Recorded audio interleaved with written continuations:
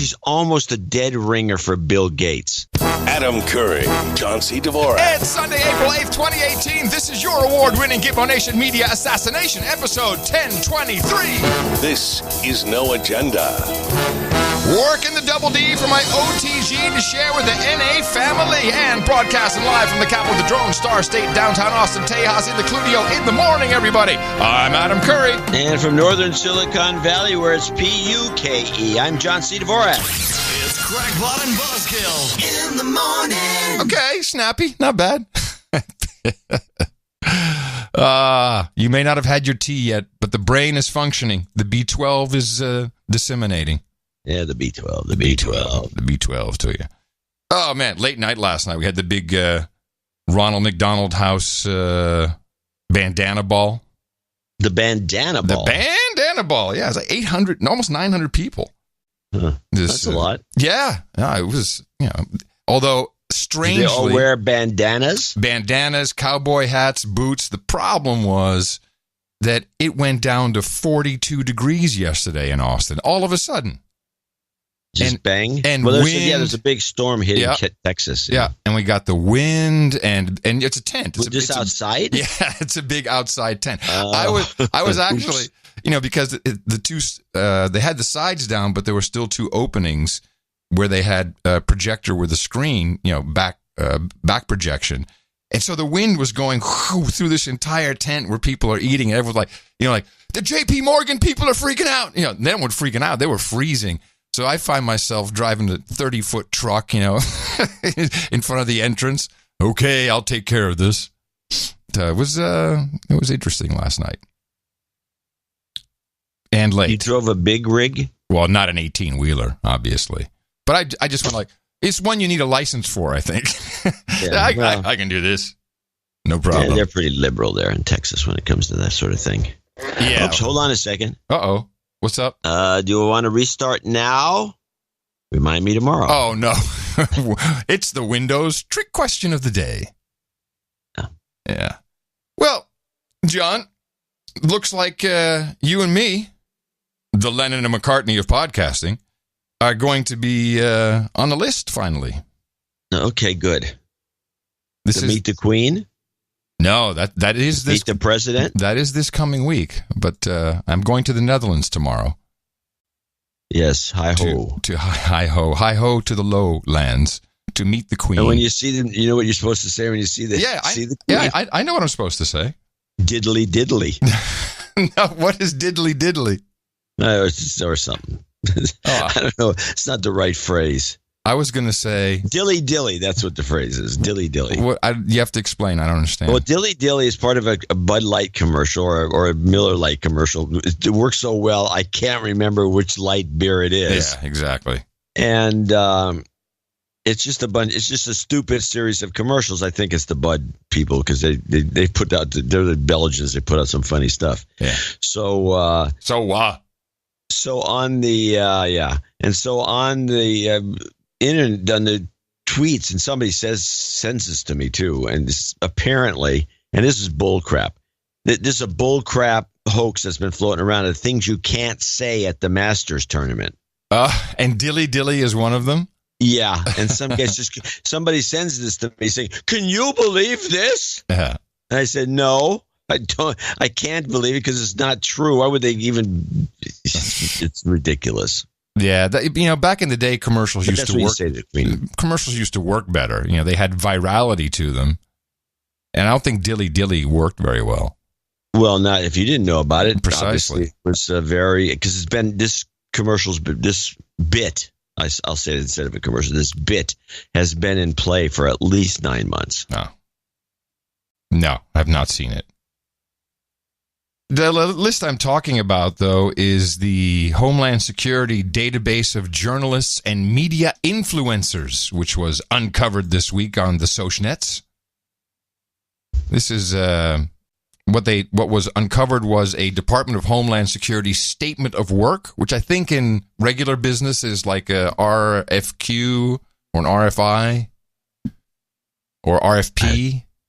It's request for proposal. Yeah. Media monitoring services. And And it's kind of wait a minute. It's kind of chilling. Yes. Wait a minute. We're going to be monitored? Yes. Well, yay! One more listener. Finally, hey, value for value, guys. It has. I'm reading from the actual document, the statement of work, the tasks, online and social media monitoring. So this database must have the ability to track global online sources for coverage relevant to Washington and the 6 media hubs. The ability to track more than 290,000 global news sources, ability to track online print, broadcast, cable, radio, trade, and industry publications, local sources, national, international outlets, traditional news sources, and social media. The ability to track media coverage in over 100 languages, including Arabic, Chinese, and Russian. Ability to create up to 20 searches with each unlimited keywords, unlimited coverage per search. Ability to change the searches at keywords at any given time. Ability to create unlimited data so they want tracking. To create a database of stuff so you can search it later. So whoever picks up this contract, I don't want you to read the whole thing. No. But whoever picks up this contract has to do all this stuff? Yes. They have to be where's Burrell's when we need him? Little inside joke there. Yeah. And what are we categorized as? Media influencers, I think. Here it is. The media engagement, 24/7 access to password-protected media influencer database, including journalists, editors, correspondents, social media influencers, bloggers, etc., which is obviously where we are. We in the all-important... Bloggers, yeah, we're under etc. We're under etc. Yeah. Just below bloggers. Yeah. Ability to browse the database based on location and type of influencer.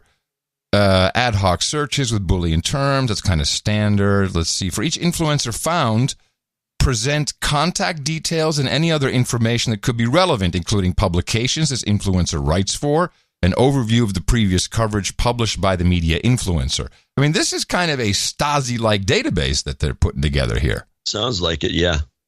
Can't be good. No. But you're lucky because you're going OTG. I wanted to save the OTG segment for... I don't care if you save it or not. I'm just saying it sounds to me as though you've jumped ahead of the game. Absolutely. You down with OTG? Yeah, you know me. You down with OTG? Yeah, you know me. You down with OTG? Yeah, you know me. Adam's OTG. Every last homie. You down with OTG? Yes, a take on a popular classic. Yeah, you know me. You down with OTG? There you go. Adam's OTG. I am OTG, baby. That's right. It's Chris Wilson with Melissa Talon. They're working together now, the Aussies. Oh, God. We've created a monster. Yes, great. It's a troop now. I think if you have 2 people, aren't you a troop? Aren't you a troop? T-R-O-U-P. Yes, troop. With an E. Yeah. And an O-U. T-R-O-U-P-E. Yes, a troop. Yeah.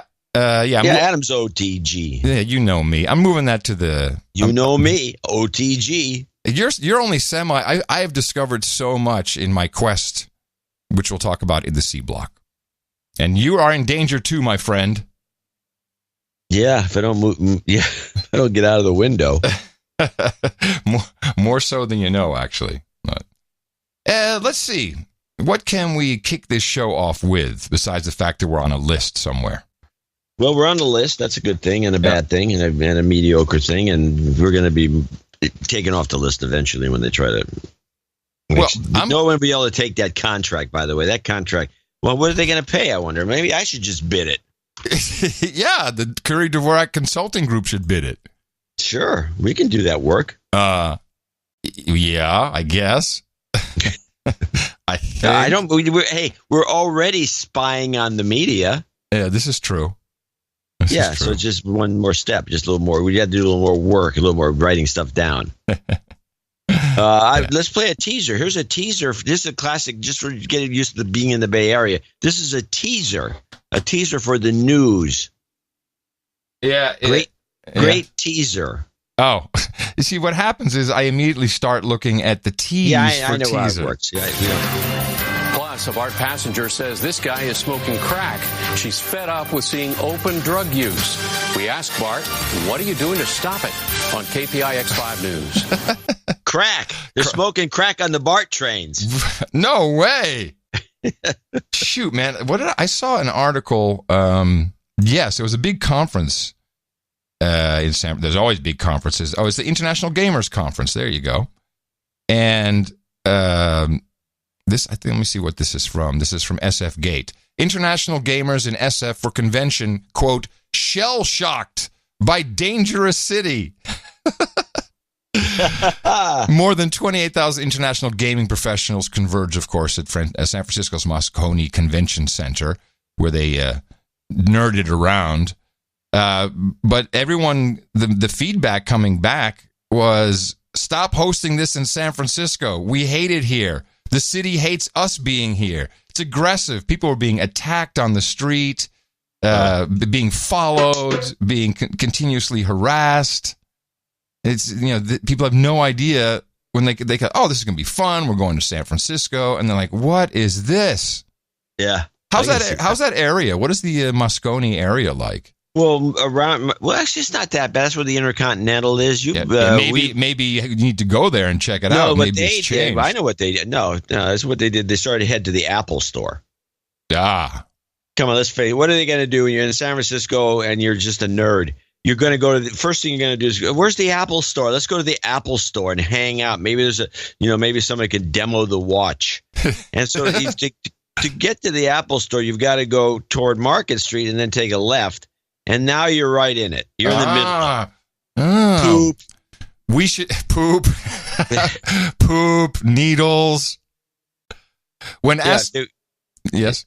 I'm sorry, go on. I was just saying this is going to be what happens. When asked by fellow Twitter users to elaborate on his game developer conference experience, this particular guy who was interviewed claimed he intervened in mugging, he experienced racial abuse, toxic dudes in events, had his credit card skimmed, and Airbnb hosts canceled last minute on heaps of people, and scores of devs had their the visas rejected, and were hassled by TSA. Welcome to America, bitches. Yeah. Wow. Were you brown? Well, I don't know if you can blame San Francisco for the visa hassle, but okay. No. Might as well. It just doesn't. I have another San Francisco story. This was there. We had a big rainstorm over the weekend that came and went, and now it's nice and sunny. But the kind of coverage we had was, I thought this was kind of wrapped up the coverage. Because, the way, man on the street's what you want to do when you just ask anybody casually what they think. But let's just start asking kids stuff. Oh, we're trying to find puddles. Why are you trying to find puddles? We like splashing in them. That's a story in San Francisco. That's the problem. That's your San Francisco story. Puddles. Puddles. Wait, what's your stammering clip? Because I've got a stammering clip too, and I think that's interesting that we both have stammerers. This is a woman from the New York Times. Another, we've noticed this before, that none of them should be on the media or on TV or being recorded or anything because they're terrible. Yes. And this is a woman stammering, but this is actually a story about the. This is like we can play it because it's kind of isolated, but this woman presents it very poorly. But she's one of the women at the Times who dug up or found that. Apparently there's a race between the New York Times, other newspapers, and the CIA to find all the papers they could find from abandoned offices that ISIS was occupying to find out how ISIS was running things. And it turns out that ISIS was a pretty good bunch of bureaucrats. They got a lot of stuff done. And this report I thought was just fascinating because there was nothing that anyone wants to talk about. The Islamic State. What ISIS did is soon after taking the city of Mosul, they announced on the loudspeakers of mosques that civil servants needed to go back to work. And as a result, basically the entire public servant corps went back to work. And so they kept the city going as they would have if they were working for the Iraqi government. ISIS used the know-how of the Iraqi government to build its own state. It built its state on the back of the one that came before. Rukmini, from the people you spoke with there, is there any concern that after now the city has been leveled and all the fighting, the seeds of discontent have been sown, are they concerned that ISIS could come back? Absolutely, and you were seeing this. Even in the very first days of the liberation. ISIS cells remain in this area. You hear of suicide bombings routinely, or people being kidnapped, or altercations and deadly clashes with police. The same grievances that allowed this group to take hold in the first place are still very much present. People complain of the corruption of the Iraqi state, of not being given a fair shake unless they have what's called wasta, or connections to people in power. So all of that remains. And the thing that was actually the most frightening, I think, to read in these documents and to see through interviews that I did with people is how good ISIS was at governing. We don't often talk about this, but the streets were cleaner under ISIS than under the Iraqi government. The sewers were less likely to overflow. This is what people told us.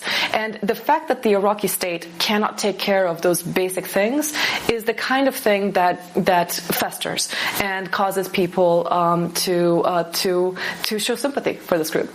Rukmini Callimachi, thank you for your time. It's an interesting way, because most of these stammers or other things, a lot of them is specifically if people are being interviewed, it's just to catch up in their brain and to figure out what they're going to say next. And, I do, you do so, there's lots of ways that people do that. There's a lot of ways you stall. Yeah. But this is an interesting one just by repeating two words twice. It's not. Yeah, she does that all the time, and somehow she incorporates up talking in it. Yeah, well, that's talent. That's just. It's like walking and chewing gum. That's not that easy. One of our producers caught a fun little stammer on which involve. Stammering can also involve lying, and this topic was actually about lying, about the president lying. And I just thought that, wow, you think a New York Times reporter shouldn't be on television. How about the television host? Take on all the falsehoods, all the lies. I mean, I tried to do some real-time fact-checking. This is the first time I've heard that. But the conspiracy theory about voter fraud, which didn't even hold enough water. Millions and millions of people. I think that was an original explanation for losing the popular vote, re-upping the rapists in Mexico. Take on some of just the lies. Well, first of all, wow. So there is. That's a stutter. That's different than a stammer. The lies. No, dynamite. That's a beauty. That's a beauty. That's a gem. Now, of course, this is a typical no agenda thing. We kind of ignore what they're talking about and just ridicule the person. Yes. Which is like going after the messenger. Yeah. I just wanted to go back to that ISIS thing. I found it fascinating that people thought these guys, why the streets were clean and the sewers ran perfect? Because if you didn't do your job, they'd shoot you. You chop your head off. You get a lot done that way. Yeah. Anyway. We are here, #America, near our hashtag target. Soon. Ow! ISIS. We will follow them to the gates of hell. ISIS. I feel good. Yeah, we're ready for them. Texas is ready. Yeah. Well, bring them on. Bring them on, we say. I got a couple of, let's see, some good NPR clips. Actually, following up on a very underreported topic is the Awan brothers. This is the Pakistanis who were running the IT department for the Democrats, had access to over 40 computers, servers, email, everything. And downloaded terabytes. Yes. And they were hired by Debbie Wasserman Schultz, who was very pissed off at the Capitol Police that they had confiscated a laptop, which they actually had left in a phone booth. It was her laptop. They had left it in a phone booth by accident, or by accident, who knows. She was pissed off that she couldn't get her laptop back, and then now it turns out there's no background checks. And for some odd reason, the money honey is all over this story. It's Fox Business News, which I don't know. Does anyone watch that? I mean, it's on the way for me, on the way to MSNBC. It's on the way from one channel to the other. It's on the way from One America News or whatever to MSNBC. So I stop. If she's on, I'll stop. Here's her follow-up reporting on this. You say background checks are they're recommended for this position. Why did they push back on the background checks and decide not to have any of these IT workers use background checks? The House policy actually says that background checks are required, but if you delve into the fine print, there's technically a loophole that these members may have been able to invoke that essentially allowed another member just to vouch for them. So it was as casual as that before you turn over the passwords that give these guys access to all the emails of these members of Congress and every file on their hard drives and all their staffers' hard drives. They just kind of ask a friend, ask a fellow member of Congress, and fill out this form. And it turns out that all 44 members who employed Imran Awan, they never ran a background check. And if they would have run this background check, it would have found out not only multiple criminal convictions, but $1 million bankruptcy, a dozen lawsuits, a lot of them about fraud, a dozen LLCs that they had with cryptic names like New Dawn 2001 and CIA. It would have found a whole host of major red flags, and the Democrats didn't do any of those checks. As a result, they gave these guys access to everything, and the IG determined that they were funneling data off the House network in really suspicious ways. I love that. Yeah, well, heaven forbid we discuss this story. No, this would be no good. Yeah, particularly with just everything that's going on with cyber, and is this truly being suppressed? Maybe. I mean, why else? There's got to be some notice out there that says, "All right, everybody, ixnay on the Ebby Wasserman Ulche story A." There's got to be something out there. Why else would no one report on this except for Maria, who I guess can write her own ticket? On the Fox Business News, which is it's because no one cares. Yeah, that's why she can. Hey, are you on that channel? Report all you want, Maria. Go for it. And she is flanked nowadays by Jason Chaffetz, former Republican congressman. Congressman. Yeah. Who's actually not that bad. I kind of like him as a host. I see him; he's filling in here and there. He's not that. He's always a good talker. He is a good talker. I think he did the Ingraham show once. I didn't like that at all. Because he. Here's the problem. He's a very functional host. He has the personality of a dish rag. It's just you look at him. I'm just talking purely from a television you're going production back into standpoint. executive mode. Executive mode, yeah. We need a jingle or something that goes entering executive mode. Now entering executive mode for when we talk about how hot chicks are on TV. Is that what you mean? Yeah, because we don't really normally talk that way, except when we're in executive mode, and what we're doing in reality is ridiculing the people that talk that way. Yes. At the same time, being very frightening and showing how good we are at it. We could be. Well, we are executives of our own show. So. This is true. So here is a follow-on question. This is about how it really came down, or it went down, what happened first, and the inventory of lost items with I cut most of Chaffetz out. Well, there's a couple different things going on. I mean, there's hundreds of thousands of dollars of equipment suspected to have been stolen, and that's basically what the IG started investigating, and then it found that data was coming off the network too. And we don't know exactly what that data was. We know that it had, quote, sensitive file names according to the IG. And the reason we don't know more is because the House actually blocked investigators from looking at some of this stuff. So this is a cover-up, Jason. I mean, this is coming in part from the House leadership, including on the Republican side. And that's, from my experience, that's code for classified. If they were able to tap into classified information, they're going to put a big stiff arm to that and say, no, you can't look at it anymore. But the inventory of here and what was stolen and accessed and what vulnerabilities that creates, that is a huge mess. Okay. We needed this jingle. It's classified. So let's wrap this up with, and again, Chaffetz, I think, is still in the hosting desk. Final conclusion. What show did they give him? Is it on Fox Business? Yes. Well, no, I don't think he has a show. I think he just fills in, and he was sitting in with Maria, or I didn't see the whole thing. See. Okay, they're testing him out. A rookie. They're testing him out. Yeah, he's that's right. He's in the farm team on Fox. Yeah, he's on the farm. They're gonna bring him up for a couple of shows and then put him back to the. Yeah, it's harmless. Nothing's gonna happen there on Fox Business. He can't mess it up.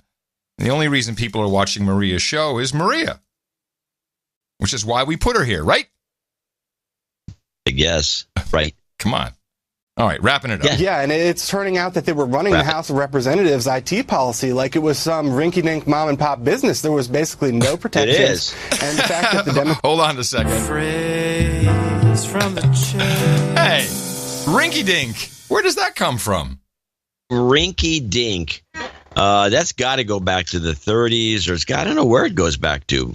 I'll tell you what, you keep playing that clip, and I will have an answer. See if I can find it. Yeah, and it's turning out that they were running the House of Representatives IT policy like it was some rinky-dink mom-and-pop business. There was basically no protections, and the fact that the Democrats were even able to invoke this loophole is bad enough, but the idea that 44 of them would have independently decided to not run background checks on these guys who were Pakistani citizens, something's going on here, and it seems like the members were looking the other way at these guys for long before Wasserman Schultz kept them on the payroll, even though the cops banned them from the network, and even before she threatened the Capitol Police officer because after Imran took her laptop and left it in a phone booth. So the question is, why are the members ignoring this? I mean, this is the biggest story that you never hear about. It's a hack on the Congress by foreigners, and the Democrats didn't care about it. They didn't stop it. These are the same people who are talking constantly about cyber breaches in Russia, and if you care about one, you got to care about the other. Nah. So why haven't they addressed it? I mean, there's a couple different reasons. It could be as simple as this is deeply, deeply embarrassing to them. The second one is that it basically destroys that Russian narrative just because it shows that they didn't actually care about cybersecurity and they haven't responded to this. And then thirdly, it could just be a question of do these guys have something on members of Congress? I mean, these guys, if you look into their background in the lawsuits, they've been accused of, I've talked to a lot of people that know them, they've done extortion-like behavior in the past. Obviously, they could read Debbie Wasserman Schultz's emails around the time of that DNC hack. They could read the emails of 44 other members. Are members concerned? Are they being blackmailed? Are members concerned that if they speak out about this hack, if they testify against these guys and they lock them up, that these guys have something on them? I like that theory. I like the idea that they might have something on them. Phrase from the chair. All right, rinky-dink, phrase from the shades. Well, it means shoddy, but or amateurish, rinky-dink. But it says all I can get so far, I'm going to have to now do some work, is origins in the 1800s unknown. Oh, that's no good. So it came up, somebody used it, it's probably one of those nickel novelists or somebody at that level, or newspaper guy in the 1800s, invented it. It got caught up. Everyone thought it sounded good. I don't know. But we have to now we have to find out. And we will. Yes. Well, I think this story is just interesting beyond, really beyond what happened. It's why is it not a story? That's very baffling. It'll have to rise to the level of quote unquote story eventually. There's no way, because the thing is, they won't catch these guys. It's going to fester. It will pop. Not a good image there, but this. I'm not so sure. I put money on it.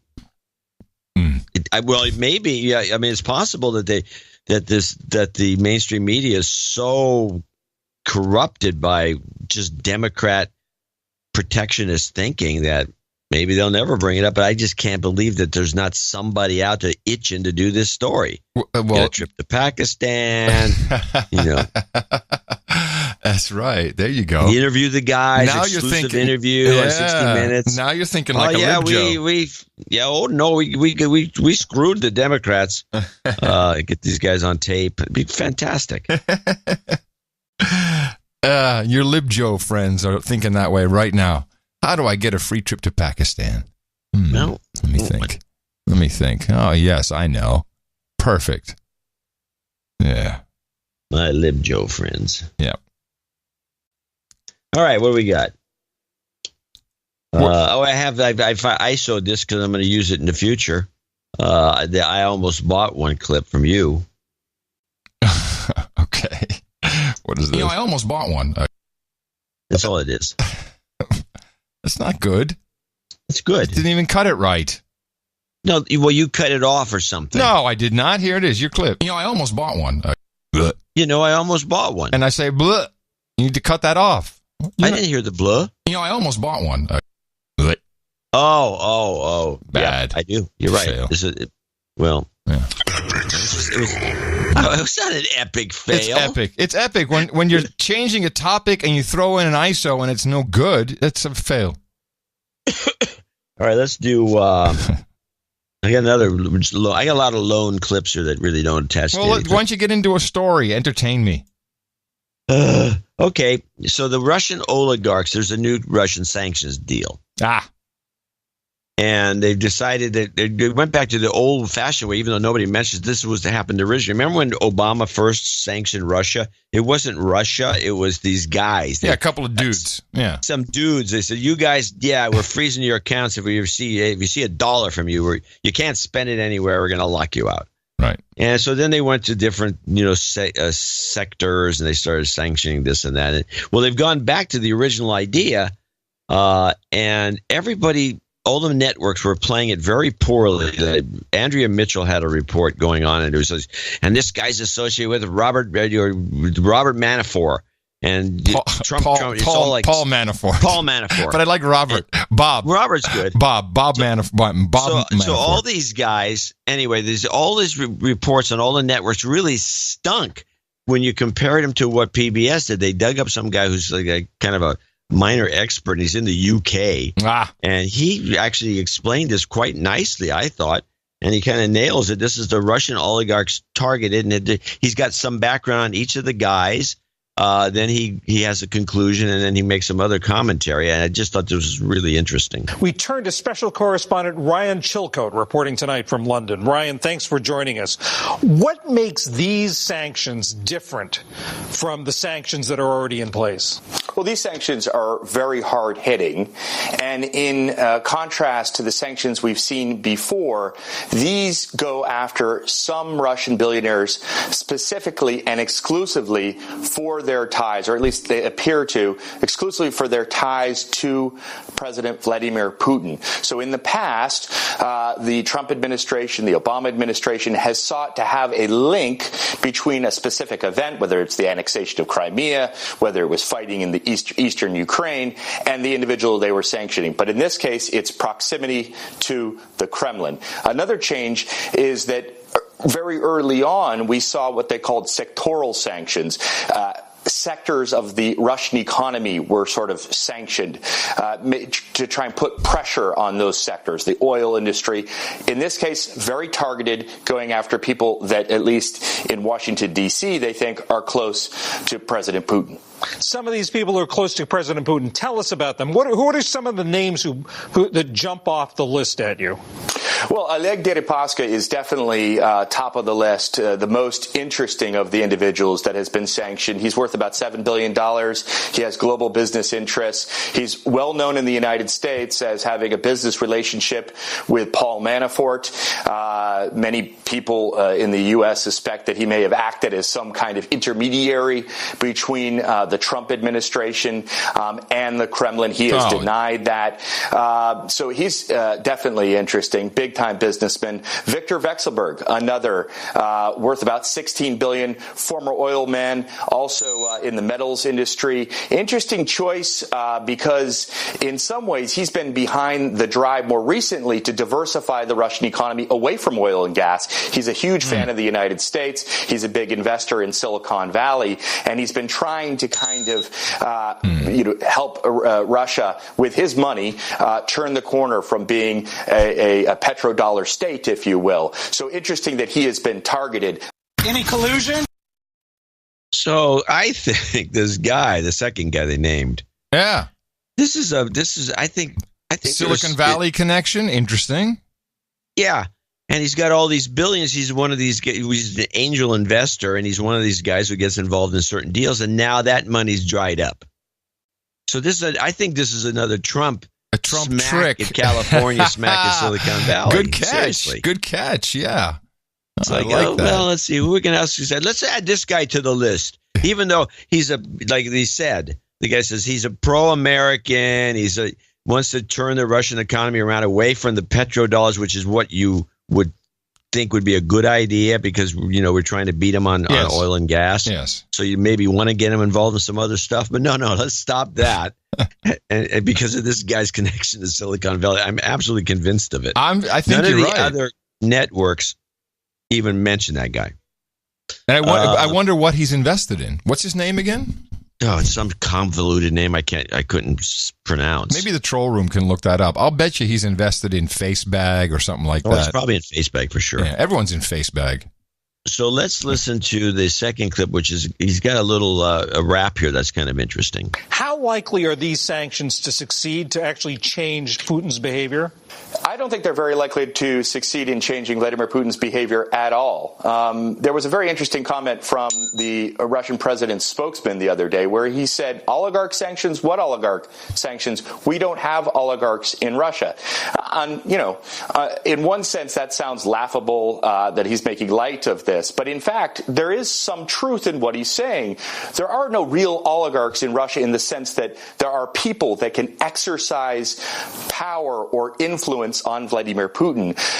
Russian billionaires, or Russian oligarchs, if you want to call them that, they may enjoy their wealth at the pleasure of President Putin, if you will, but they can't force him to change his behavior. And so the idea of putting sanctions on them and they get upset and then go to President Putin to say, don't do X, I don't think that's going to work. Another thing that none of the networks picked up on, which is, we call them oligarchs, but in the true sense, an oligarch is a guy that they all work together and they can put pressure on each other. Right. But nobody's putting pressure on Putin. These guys are lucky to even have their billions if it wasn't for Putin. Well, that doesn't fit the way I think about them. Yes, there you go. It's a problem. And then there's a little background here I thought was kind of interesting, which is the third clip. Talking about inviting him to the White House for a summit. What message is this sending the Russians? In the Kremlin, they decided a long time ago that President Trump is politically impotent, as the Russian prime minister put it once. They believe that all of these actions he's taking against Russia are because he has to, because of political pressure that's being exerted on him.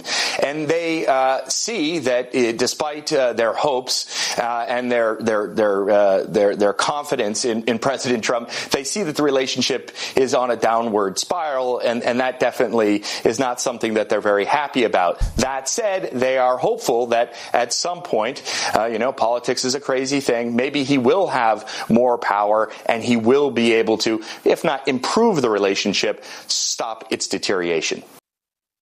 This guy's pretty interesting. I like him. He was on for a while, and everything he said was poignant and well thought out. Russian tech investors set up shop in Silicon Valley. Yep. Looks like they're doing VC stuff. Yeah, VC stuff. Which is pretty much screwing inventors out of all their profits and their money. Hey, here's an idea. Yeah, that's great. It's an idea. It's ours now. This suit fits perfectly. Look at it. Take a couple of fives. Get out of here. Yeah, that's interesting. Well, okay. Yeah, I think I can't find any flaw in your assertion that this is done just to mess with Silicon Valley. I like that. That's good. Yeah. I do have one Russian clip.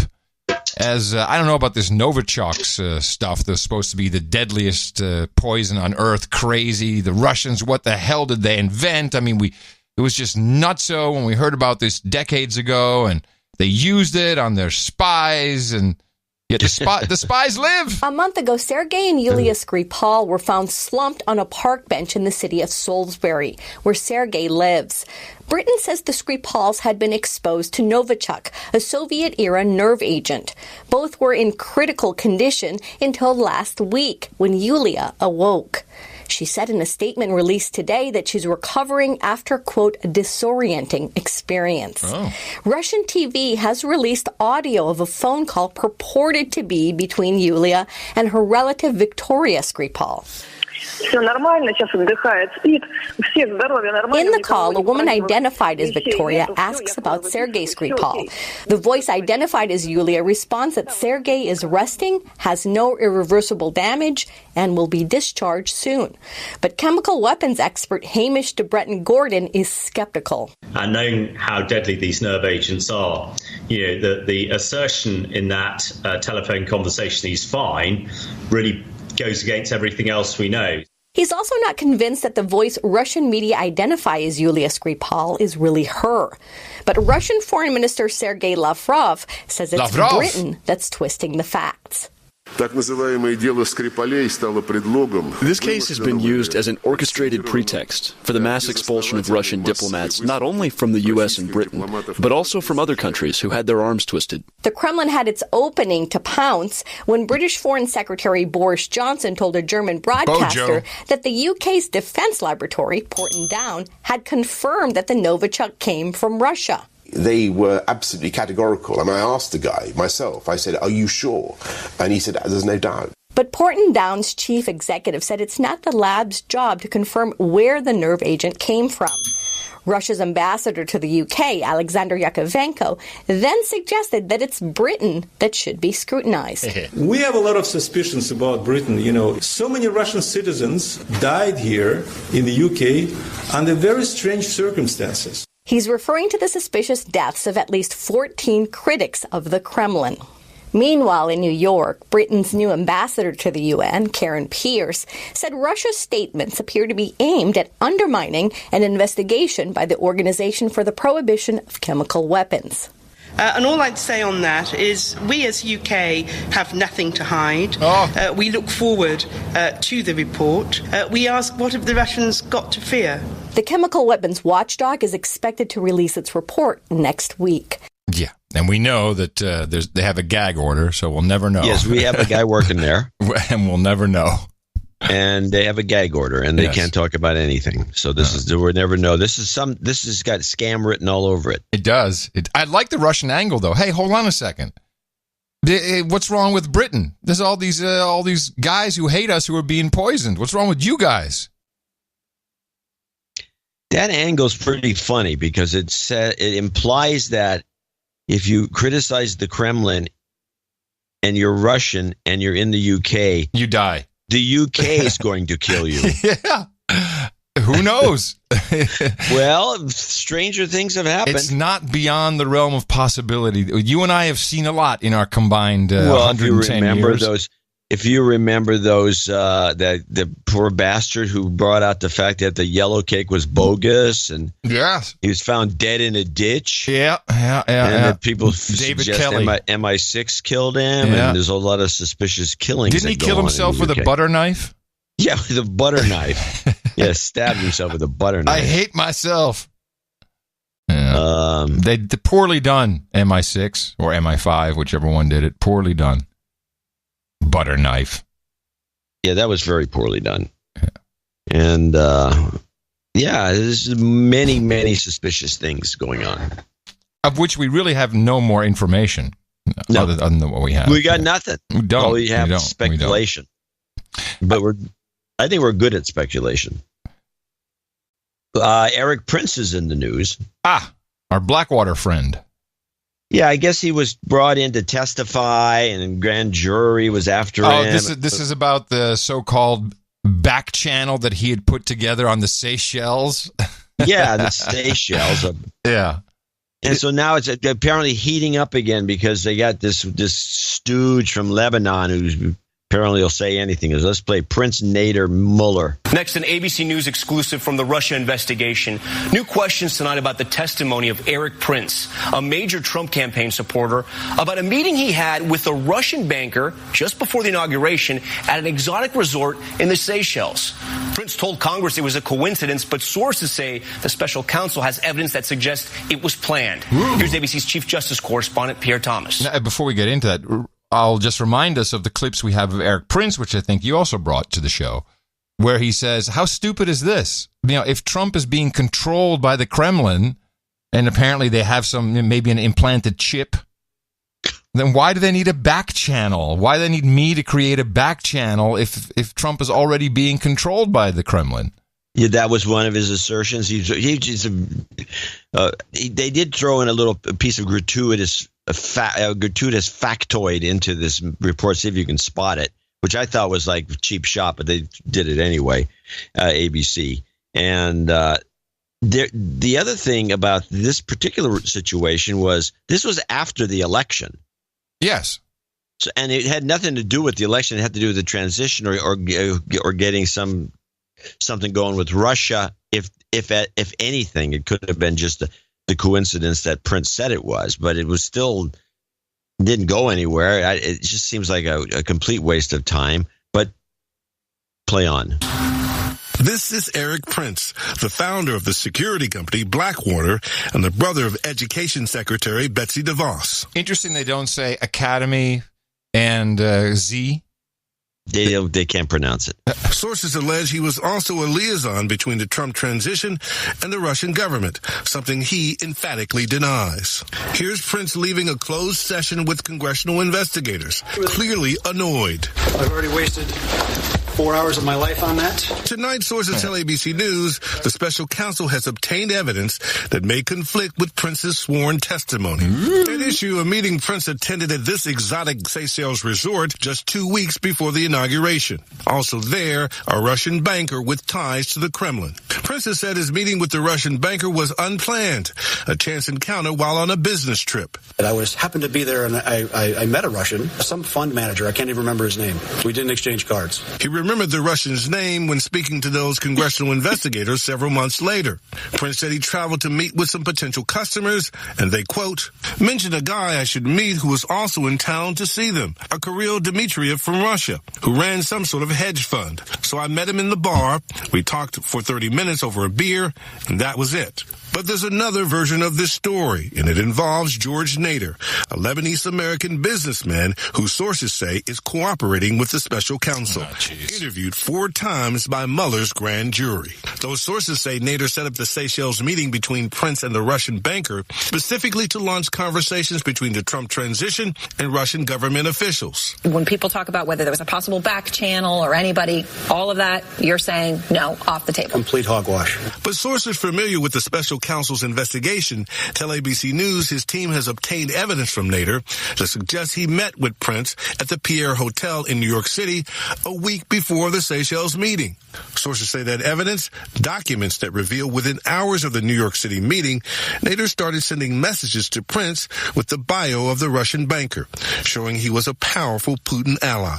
Just a week later, Prince was in the Seychelles having a beer with that Russian banker, a meeting he said was unplanned. Prince has said he was not representing the Trump transition, and his spokesman told us he stands by his testimony before Congress. Tom? Oh, man, this Russia stuff. Meanwhile, China is pouring troops into Djibouti in Africa. They're putting in advisors, military advisors. That's our trick. And we're bitching about this? And not only that, if the logic of there's all these illogical things that take place. If Prince had a meeting with this guy at the Pierre Hotel, why would he shoot all the way to Seychelles to have another meeting with him when he could just had one down the street at the Royalton or some other hotel in New York or at a disco? It's noisy enough that you can't be really recorded. The disco?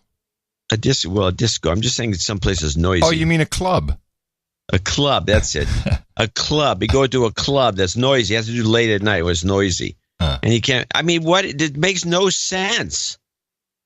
So now he's sneaking off to the Seychelles, which is probably completely bugged by everything, by everyone, every agency. This is, yeah, you're right. Why aren't they looking at China and what they're up to? Yeah, this is really a waste of time. I know why. It's because all media in the United States of Gitmo Nation are in bed with the Chinese. Everybody's doing business with the Chiners. That's why they got, especially entertainment. Who's the guy who? They're setting up studios. Everyone's over there blowing him. There's $1 billion studios going up. Spielberg is one of the big promoters of this. I think Lucas has got some action over there. Everybody has action there. Clooney. Because they have this Chinese decided that they wanted to clone Hollywood because it seems to be such a moneymaker. And they're good at cloning our successes. Exactly. And so they're setting up the old studio system from the 30s. And they, in fact, the number of the top movies that just came out, I can't remember which ones offhand, but I remember seeing the opening credits where it talks about a Chinese connection. It's got some Chinese thing on there. China characters? Well, it's no China, but Chinese names. Characters. Guangdong Studios. I mean, it's obviously not something in San Francisco. And, did you say Long or Wong? Wongdong Studios? Yeah. I mean, it's you're right. Because Trump's second thing, he said, I think, by the way, this is again like Trump and Silicon Valley and that Russian guy. Trump says, well, we haven't employed anything yet. Then there's nothing really happening. We're just making threats. But we're going to take a look at intellectual property theft, which the Chinese are very guilty of. I mean, they stole the F-35, they think, and there's a lot of other things that they steal. But I think they're going to go after the stolen Hollywood movies thing to screw up these deals. Yeah. Ooh, that would be fun, wouldn't it? Yeah, thanks for the support, Hollywood. Oh, by the way, we're going to screw up your deals in China. Yeah, how about this? Sanctions only on entertainment products. Outgoing sanctions. Tariffs. Actually, because the Chinese are, like I said, are investing in a lot of these big tentpole movies, you sanction them. Well, that's exactly the point. Yeah, I mean, but it's a movie coming out. Anything that's associated with China. Anything that's produced in China. So all these American productions that are produced in China should stay in China. And they have to be And by the way, do they pay? I mean, is there an import-export tax on this type of product? I don't know. No, it's worth thinking about. Well, I would say if you produce this thing and you shoot it in China at the multi-billion-dollar studios, it's a product of China. I would say yes to that assertion, and so you probably should be banned. I think that's a fine idea. And meanwhile, there was like some global cyber attack on Cisco switches, which is kind of being blamed on the U.S., even though the majority of them, of course, are in the U.S. But 14,000 Cisco switches that have not yet received patches for exploits were, I guess, compromised in China. And this is really, this is where you want to be. Is you want to be in the routers and the switches. That's what the Chinese do. We learned it from them, okay? Yeah, you want to be there. You're in the guts. Yeah, that's where you want to be. Belly of the beast. That's where you want to be. So there's actual stuff to be reported on. And I wouldn't mind a free trip to China to go do some investigative journoism. Yeah. With your escort? Yes. Yeah, my attaché. Your attaché? Yeah, my attaché. Should we get into Facebag for just a moment, and I would kind of set up the C block? If you want to do that, yes. I will play a preliminary clip. Okay, as in backgrounder or no, just kind of just to show you the kind of the weird arrogance and screwiness of Sheryl Sandberg. She did a 15-minute interview with Judy, which was it was Judy asking very aggressive questions, and Sheryl, and it seeming like she was on drugs. She couldn't answer anything. She didn't answer anything. And she looks, I hate to say this because I don't like to criticize people's appearance. Oh, come on. This is television. Hold on. Now entering executive mode. Well, it's not even that. She is she looks, I'm talking about gestalt. If anyone understands that, it's kind of a feeling about the way somebody presents themselves. She's almost a dead ringer for Bill Gates. She has this little squint. She's got pretty much the same kind of nose. She's got this little squint that Gates. Stop there, because this is the thing I noticed and I watched her also on the Today Show, which I have some clips from. Her nose is a pinched Michael Jackson bad nose job. Yeah, well, Bill Gates has a nose job too. Oh, okay. Well, that makes sense then. It's a bad job. Well, she has. Well, Yeah. Well, it doesn't fit her face. You're right. But she has this look in this sneery eyes that she doesn't even know she's doing. They're kind of squinting just a little bit in irritation. Yes. And then you know what? It's a condescending irritation of, look, I'm listening to your question, but you're an idiot because I'm much more intelligent than you. I'm just going to wait until you ask your rinkety. That's what's going on in her head, I think.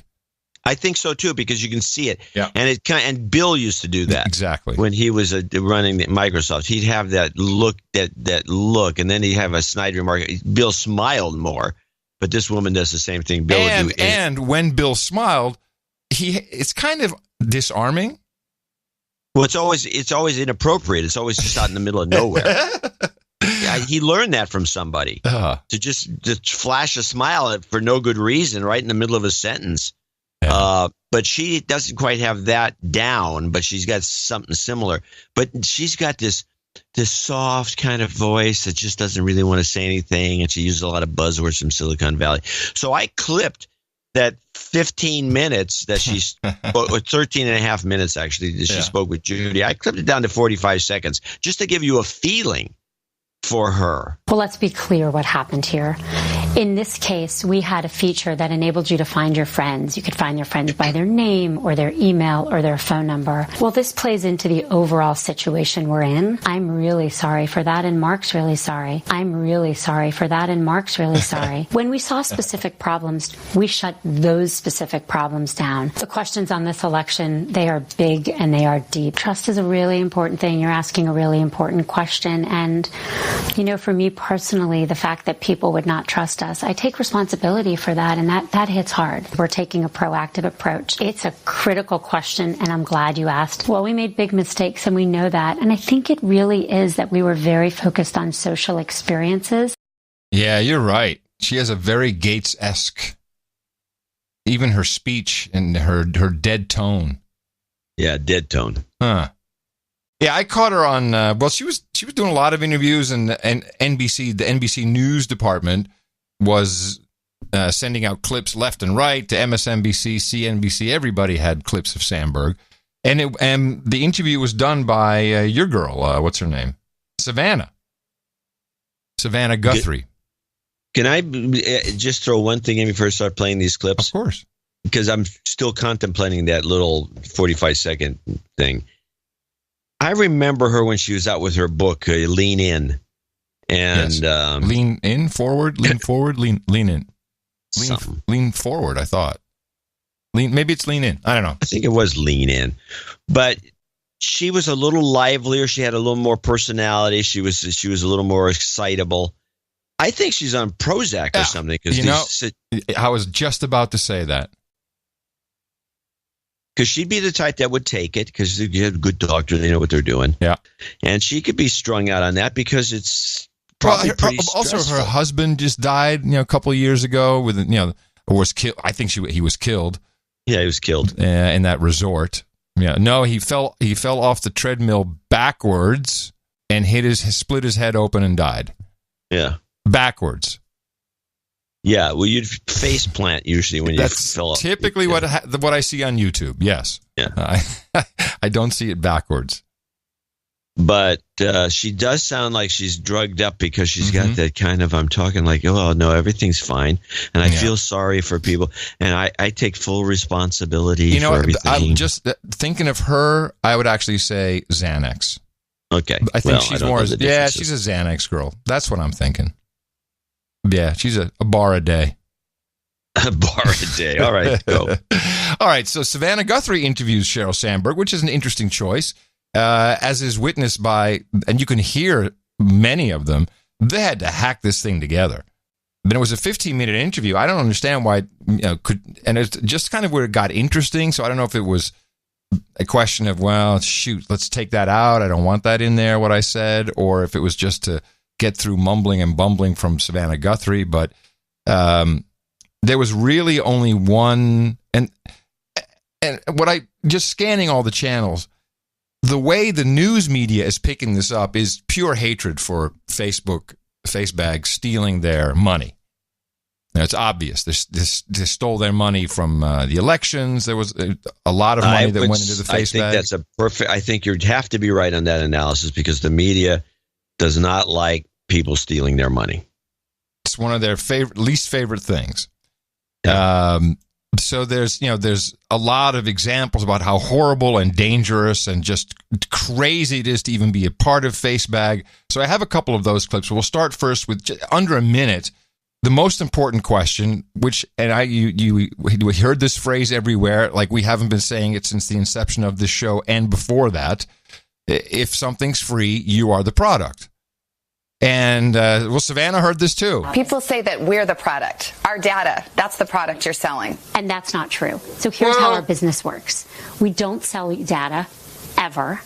We do not give personal data to advertisers. People come onto Facebook, they want to do targeted ads, and that's really important for small business. But people... Okay. First of all, we don't sell data ever. Although it was a very small little bit of news that we caught where I think it was Zuckerberg who said we've affected, or a spokeshole said we have stopped doing business with not Equifax. What's the other one? It was the other one, Equus something or other. Oh, anyway, one of the FICO companies. So it seems unlikely to me that they weren't actually giving data. Maybe some type of roll up. They were totally giving data. But the way she's looking at it she's from the advertising perspective. That's what she's talking about. But she's also looking at it from a legal standpoint, which is kind of wishy-washy. We never sell your data. No, you gave it away. But prior to 2014, the data was just up for grabs. Anyone could get it. The Obama administration had the campaign in 2012 had the entire database, had everything. Now I want to go back to Savannah's original question about we're the product. Yeah. This is a talking point because... Of course. Because her answer to the question, it really is not the answer to the question if you understand the question. And Savannah doesn't. So she just asked the question and accepted the answer. The real point about you're the product is not your data. No. It's not like, oh, here's my data. Sell it. You're going to sell it. No. The point is that you being the product, and I'll explain it. I've explained it before. But Savannah doesn't understand this because if she did, she'd realize that she's in the same business. She might get a brain freeze if she realizes that. Yeah. And when they say you're the product, it means the following. As a publisher or a broadcaster or a web service, you gather up a pile of users that all have a similar style, a similar background, a similar taste, a similar psychographic. You package them, and it's a virtual thing. You package them as a virtual thing and show the advertiser, say, look, this is who we have. We can sell you these people. Yeah. That's how you're the product. You're Correct. not the product because they're stealing your data. You're the product because you're a piece of a giant package that is presented virtually to an advertiser as something that they can buy, meaning they can advertise specifically to you. That is not understood by Savannah, I can assure you, and I don't think it's even explained in any way on any of these shows that are using you're the product as a talking point, which somehow crept into the conversation. Well, I'm glad you rolled that out that way, because what's going on here is you ask this question and both sides win the question.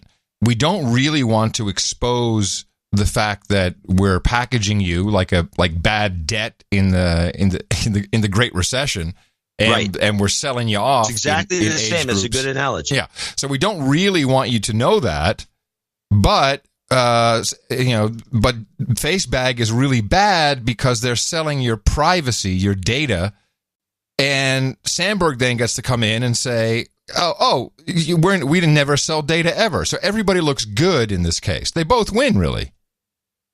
It's a chick collusion. It's a chick collusion. Chick illusion. People say that we're the product. Our data, that's the product you're selling. And that's not true. So here's how our business works. We don't sell data, ever. We do not give personal data. By the way, it was Experian. That's who they were doing business with. They're definitely one of those companies. And you just explained how their business works. Now I'll hear Sheryl Sandberg explain it. We don't sell data, ever. We do not give personal data to advertisers. People come onto Facebook, they want to do targeted ads, and that's really important for small business. But people want to show ads. We take those ads, we show them, and then we don't pass any individual information back to the advertiser. You don't have to pass it because you collect all the information and then you target the ads for the advertisers. That's the service that you charge the advertisers That's for. right, and that's a very good service. That's a privacy-protective good service. Could you come up with a tool that said, I do not want Facebook to use my personal profile data to target me for advertising? Could you have an opt-out button? Please don't use my profile data for advertising. We have different forms of opt-out. We don't have an opt-out at the highest level. That would be a paid product. I love that. That's her talking point everywhere. That's not. No, if you want to opt out and don't give us your data, that's a paid product, which really explains exactly what they do. And I've heard that the APRU, the average, or the ARPU, the ARPU, the average revenue per user, I think is $25 a quarter. Oh, so $100 FaceBag is making off of me every year. That's real money. That's a lot of money. It's actually quite high, even by now it's ARPU very standards. high. Yeah, but I think their targeting mechanism is the best. Yeah. There's no doubt about it. But the way they've done this with this "you're the product" thing, and they switched it to not making any sense in the way that what it really means, which is what NBC does too. I thought it might even be subversive. It might be to get people off of the "you're the product" concepts because they'll never fully understand it.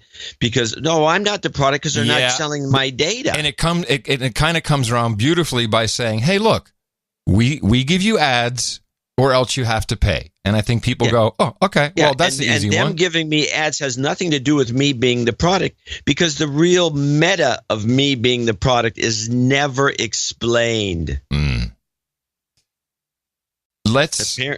It's just corruption talking to corruption.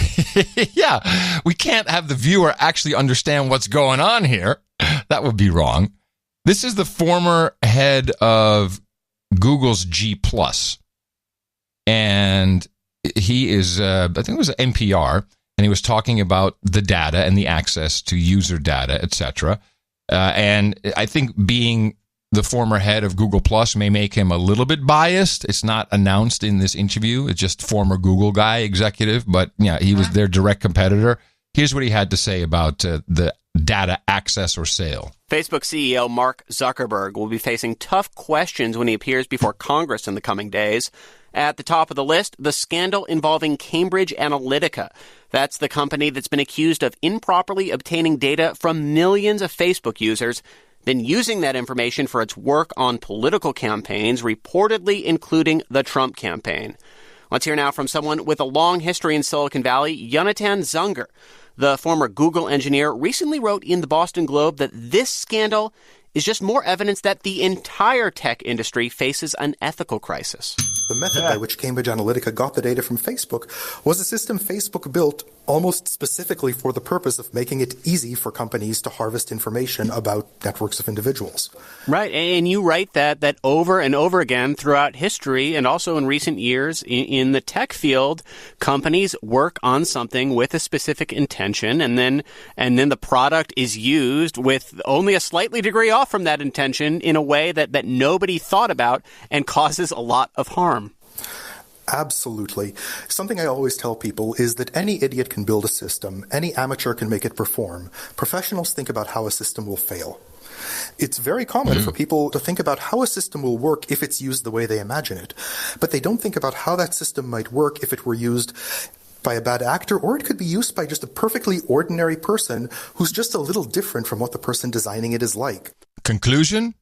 Those FaceBag guys are no good. We Googlers, we're smart. We're much smart. We think about both sides of the equation. And I'm sure he did that, just that, with Google Plus, and that's why it failed. That's probably exactly why That's exactly what happened. Here is Representative Ro Khanna, who is very upset about what FaceBag is doing. So what do you want to hear from Mark Zuckerberg this week? What questions do you think he needs to answer? Am I the product? That would be the question I'd have. Hey, Zuck, am I the product? Well, I'm glad he's testifying. I'm glad he's doing media interviews, and I hope he will come out for well-crafted regulations. I personally have advocated that we need an Internet Bill of Rights. It's time that tech leaders like Zuckerberg embrace that, including a right to know what your data is, a right to be able to transfer your data, a right to be able to delete your data. There are a number of common sense provisions that we need enshrined into law. And when you say common sense, he means, we're never going to do anything. But it does kind of dovetail, and there's more to this clip. It does kind of dovetail into the GDPR, which kicks off this month, the Global Data Protection Rules, which pertain to the EU mainly, but they have the G word in there, meaning global. And this is harmonization of the universe. This is harmonization. This is the Trilateral Commission, John. Do you think there's room, especially in an election year, to get something passed that deals with this? I absolutely think there is. The reason is that even Republicans and libertarians will support, I believe, an individual's right to privacy, to their own data. This is a case where technology has moved lightning fast and the laws haven't caught up. There should be some common sense principles that will assure the American public that their rights are going to be protected online. Both political parties have long embraced Silicon Valley, and you yourself got a lot of key endorsements from tech figures, including Facebook COO Sheryl Sandberg. But from the beginning, the whole point of social media was to monetize people's personal data. And in recent years, campaigns have done a lot of bragging about how efficiently they can micro-target voters. So what's changed here? I'm still very proud of representing Silicon Valley, proud of having Sheryl support. And I think she can play a very constructive role now in articulating the right type of regulation that we need. I guess what I'd say is I still believe in the power of social media. The Parkland kids are using Facebook Live to get their message out and mobilize, and Twitter to help mobilize. What he means to say is, I'm so happy with the power of the FaceBag is where our stooges who have all these crazy nonprofits can hypnotize children, turn them into zombies, and mobilize them through social media. That's what he's really saying. This is a fantastic tool. Relating the right type of regulation that we need. I guess what I'd say is I still believe in the power of social media. The Parkland kids are using Facebook Live to get their message out and mobilize, and Twitter to help mobilize a new generation. It would be wrong to say, let's not have social media when the next generation is being inspired politically by it. But what 2016 showed us is that these technologies can be very dangerous if they are abused. Very dangerous. I love the arrogance of this prick by saying, well, we shouldn't just outlaw it, but because that's what we can do, because that's, I'm a representative here, and so it's very, very dangerous if done the wrong way. You're full of crap. This guy's a douche. He is. Now, we've been following this, and I have the act in front of me. Regulation will be required. Facebook will require authorization for the purchase of any issue-related ads and authentication of pages with tens of thousands of followers. Facebook is still working out the details of how it will authenticate and authorize. Mark Zuckerberg writing, quote, "These steps by themselves won't stop all people trying to game the system, but they will make it a lot harder for anyone to do what the Russians did during the 2016 election and to use fake accounts and pages to run ads. Consumers can expect a lot more disclosures identifying political and issue ads, as well as information about who paid for them. This, of course, as Facebook rushes out a range of changes ahead of Zuckerberg's testimony next week, its latest attempt to show policymakers that it has the platform under control. Yeah. So they're ahead of the game. They know exactly what's coming down. So they're trying to get, look good and have everything all set, because what is coming up now is the Honest Ads Act. Yeah, this is the one. And this is Warner and McCain and Klobuchar. So this is bipartisan. And I just need Warner's an asshole.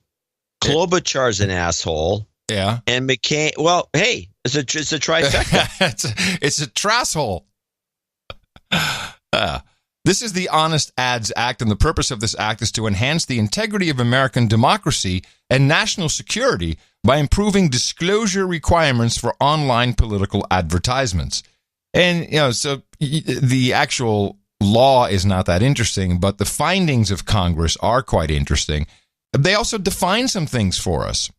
In the preamble of findings, Moscow's influence campaign followed a Russian messaging strategy that blends covert intelligence operations such as cyber activity with overt efforts by Russian government agencies, state-funded media, third-party intermediaries, and paid social media users or trolls. Oh. They've redefined troll. Hey, next time somebody calls me a troll, I want to know where my check is. Yeah, I mean, they've redefined troll right there.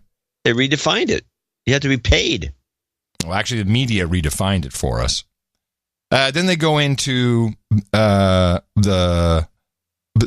had some research done by, let's see, the Computational Propaganda Research Project at Oxford Internet Institute. Jeez. Who found that the Kremlin, I don't know, who found that the Kremlin is using pro-Russian bots. Like, oh, look at that bot. I'm a bot. I love Russia. I'm a bot. I love Russia. It's a pro-Russian bot. Is the bot actually? Is there such a thing as a bot with some sort of political preference? Yeah, he's pro-Russian. I'm a bot, and I think for myself. That's the fear. Bullcrap. That's the fear, is that the bots will eventually start thinking for themselves. But yeah, I mean, this is, you can't write this. If we would have said write something funny about bot. Yeah. I'm a bot. What do you want me to think? So they found that the Kremlin is using pro-Russian bots to manipulate public disclosure to a highly targeted audience. Listen to this marketing jargon. With a sample of nearly 1,300,000 tweets, researchers found that in the 2016 elections, 3 decisive states, propaganda constituted 40% of the sampled election-related tweets that went to Pennsylvanians, 34% to Michigan voters, and 30% to those in Wisconsin. This is pretty well-defined numbers here. I'm not quite sure how they did that. But anyway. I don't know how you do that either. How do you know if somebody's in Wisconsin? You got to be at the Oxford Internet Institute to know this stuff. I see just Sam Adams, at Sam Adams, and he says, I'm a teacher and a professor, and I like to plant weeds. And then it doesn't usually say where you're from. Sometimes it does. Sometimes it doesn't. I mean, I've got West Coast as my location. But also, isn't it interesting that Facebag is under attack, yet this document here is about Twitter. Yeah. Now, this just these numbers are very interesting. On September 6, 2017, the nation's largest social media platform disclosed that between June, Russian entities purchased $100,000 in political advertisements, Holy mackerel! Publishing roughly 3,000 ads linked to fake accounts associated with the Internet Research Agency, a pro-Kremlin organization, which, according to the company, the ads purchase focused on, quote, amplifying divisive social and political messages. But what's interesting, just a little bit further down, is according to a study from Burrell Associates in 2016, that is this most recent election. Well, I'm going to ask you, and I ask John, how much money was spent in online advertising across the entire spectrum, all parties, all candidates? $250 million. That's low, man. You ready 500? For this? $1.4 billion. $1.4 billion online? Yep. And so, but the Russians with their $100,000 were the cheesy ads that were more laughable than they were advertising. They swung the election. Apparently, people are wasting their money. Well, okay. So what they're changing now in this law, I'll just give you that little piece here, is they strike out in the Federal Election Campaign Act of 1971. Hold on a second. Stop. Let's go back and contemplate this a little more. $1.4 billion online. Yes. So this has got to really gall Les Moonves. Yes. ABC and NBC, all the radio stations, and probably some of the big newspapers, although they have an online presence and they could probably benefit from some of that. But I don't think CBS really made a killing on online. No. This is I don't believe that number, but anyway. Yeah, I mean, we have reason to believe the 34% propaganda in Wisconsin. I mean, come on, it's the Internet Research Agency of Oxford, Cambridge, something British. Yeah, it's British. It's we'll British. It's authoritarian. So the law. Right, I'm sorry. Continue. No, I'll just finish this up. The law is amended this act by striking or satellite communication and inserting satellite, paid internet, or paid digital communication. And then a little further on, they're going to strike on broadcast stations or a newspaper, blah, blah, and change it to in any public communication. And then finally, they will be inserting the clause, any news story, commentary, editorial distributed through the facilities of any broadcasting station or any print, online, or digital newspaper, magazine, blog, publication, periodical, unless broadcasting, print, online, digital facilities are owned or controlled by any political party, political candidate, committee, etc. So they really, you're going to have to disclose, if you have anything to do with political money, you're going to have to disclose it. And they also want commentary and editorials to disclose. Well, that's probably a plus. Yeah, for us it is, yes. But I think a lot of people may be like, hold on a second. But here's the funny thing. This is a guy from the Daily Standard. Is that a right-wing job, the Daily Standard? Yeah. Okay. Well, he draws some obvious conclusions. Here we go. Is this the beginning of a watershed moment for big tech? I think so, and I don't think necessarily for the obvious reasons. I think there's two big threats to Facebook right now. One is that people will stop using the social media company.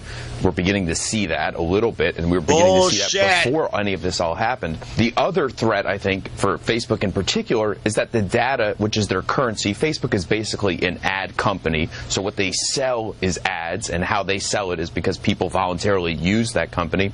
So I think the other threat is that that these ads basically don't work, and that I think the Cambridge Analytica leak, I think it's obviously detrimental to the company, but I think it's mostly detrimental because I think it shows that those ads didn't actually work as effectively as perhaps promised, and that I think poses a huge existential threat to the company as it stands currently. You say the words Cambridge Analytica, and that is closely and understandably linked to the Trump campaign and President Trump's victory in the 2016 election. How much of this outrage you think stems from the political consequences versus the goodness of politicians who want to protect all of us from big tech? I think most of this current outrage is for that reason exactly, is political expediency. I think a lot of people, especially on the political left, have been searching desperately to try to explain the election of Donald Trump. They don't know how Donald Trump got elected. And here they have apparently found another reason. Well, it's Facebook. Facebook was giving unfettered access to this Cambridge Analytica, which was then targeting people with ads, and that must be how Donald Trump won. I'm suggesting something else, that the ads didn't really have any effect on anybody. What evidence do you have for the theory that the ads didn't work and thus Facebook ad sales are going to plummet? There's been great articles, particularly one in Mother Jones, showing that Cambridge Analytica basically didn't know what they were doing at all, and they were basically selling bunk to all these campaigns. They tried it with the Ted Cruz campaign. They tried it to the Ben Carson campaign. Incidentally, one of the people who didn't fall for it was Trump, at one point, campaign manager Paul Manafort, who, of course, we know for other reasons, and he thought the whole thing was garbage. It was pushed on them by donors, and so they felt like they had to use it, the Trump campaign. But there's no evidence at all that it actually did work, and I think it's incumbent on people to make the argument that it did work rather than people to disprove a negative. Well, that will be interesting to see how much that comes out in these hearings. Mark Zuckerberg up on the Hill coming up next week, and we also will hear from him probably in the coming days as well. We heard from him a couple days ago, too. Daniel Halper, appreciate it as always. That's actually not... Yes. Well, a couple of things to this guy. This is the worst. Who's that guy who was interviewing this character who was offbeat? The guy didn't have the right questions. Big tech is not Facebook to me. How's big tech? Big tech is Intel. Big tech is Apple. Big tech is anything but Facebook. Is Amazon big tech? No, it's a big retailer. No, I think Amazon is a big tech company. They provide AWS. Okay, with AWS. Okay, you're right. They became a big tech FaceBag is part of FANG. FANG. Facebook, Apple, Amazon, Netflix, Google. FANG. No, it is. It's categorized with them, but it's not to me. It's a social media company. It's not it's a company that sells advertising to make a living. It doesn't sell product. A tech company to me has a product to sell. AWS is a product that people can subscribe to. You can go on there and you get your web space or your storage space. Your blog. You get your blog up there. But this is nonsense. So he starts off with a bad premise. Big tech. Is big tech going to suffer? And then he says the ads don't work. When the ads do work, those ads do work. But he says, why? How don't they work? And he says his example is because Cambridge Analytica didn't know what they were doing. How does not knowing what you're doing have anything to do with it not working? If you don't know what you're doing, how can you make a judgment about whether the product works or not? It makes no sense. This was an idiotic interview with a moron. No, I'm glad you liked it. What were you supposed to get out of it? Another meme. Okay. I think the meme is solid. Where'd you get this from? It might be Fox Business. I mean, that host sounded like one of those people. I think the meme is solid. You know, this is the one thing Zuckerberg doesn't want to come out of this testimony is, you know, so did Donald Trump get elected because of FaceBag or not? Of course, he wants everyone to think the answer is yes, but he doesn't want to be. Oh no, it's a dilemma. Yes, yeah. Dilemma is the correct word. Yes. If he did get elected because of the $100,000 worth of ads, that means those ads were beyond effective. Right. So he has to try to get that message across without. I don't know how he's going to do. This is a tightrope walk for him. Yeah. And meanwhile, and you got guys like this going on about big tech being hurt. Well, would you do me a favor and would you just keep an eye out on the broadcast networks how they're discussing FaceBag? Because well, after Tuesday we're going to know a lot more. No, this is true. Yeah, but most importantly is how will it be presented to the consumer? Because it has to. The media can hammer this shit onto regular Joes. They're going to have to. I think your initial theory, which I really forgot to even consider, the theory that the networks in particular don't like Facebook. I mean, they like to use it and maybe they take some advantage of it. But then when they start thinking about especially not the $1.4 billion number. Yes, they're saying this is money. You're right. This is money that is being stolen the way they see it. Yep. Stolen from us. We're the rightful owners of this money. Give it to us. All your base belongs to me. You're taking. Yeah. And so they're not going to respond positively. So they're going to keep slamming Facebook. All right. So that's what I want you to keep an eye on. I'm sure I can find plenty of examples. And with that, I'd like to thank you for your courage and say in the morning to you, John C. NSC stands for Cloning Our Success, Dvorak. In the morning to you, Mr. Adam Curry. In the morning to all ships at sea. Feet on the ground, boots in the air, subs in the water. And all the dames and knights out there. In the morning to the troll room. Paid actors, clearly. Over there at noagendastream.com. Because now we know what a troll is. You're all paid to be there and give us cool answers and one-liners. Then be trolls. And in the morning to Kyle Sounds Like Phrase Fruse. I think it's Kyle Phrase. He brought us the artwork for episode 1022. Title of that episode was LibJoe. Spelled in the correct way, Libjoe, LibJoe. And he brought us the, this was kind of nice. It was an appropriate piece that we thought we only could use it once. You never know. It's the YouTube logo, the play button, no agenda in there, and then police tape.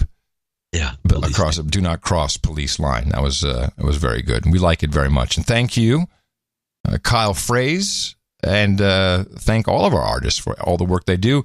And selflessly put that up at noagendaartgenerator.com. Thank you. We have some people to thank. But first, I forgot this. Fletcher sent something in for your birthday. Happy birthday! Happy birthday. Yeah, it sounds good. Sounds good. Yeah. Not quite as melodic as the singer. Andrew Wang, $1,000 Instant Night from San Jose, California. Nice. We should have an Instant Night jingle. Forgive me, Podfathers, for I have sinned. It's been a listener for a little over a year. This is my first donation. I'll need a de-douching. Yeah. Hold on a second. I wasn't quite there yet. I was looking for Instant Night jingle. I'm pretty sure we have one somewhere. You've been de-douched. I figure I'd start the habit off with a boom. I'd like to be known as Sir Tin Death of the Sun-Bleached Night. I would like to request some boobs and stinky tofu at the round table. You want to write that one down. Boobs and stinky tofu. Okay. Oh. Thanks for all the work you put into the show. As a realtor, I do a lot of driving around town, and your show helps me ignore the crazy Tesla drivers in the South Bay. And the place is loaded with them. Yes. Keep up the great work. Here's to another 10 years of the show. I'd like to request an Al Sharpton versus the teleprompter medley and some house-selling karma for my clients.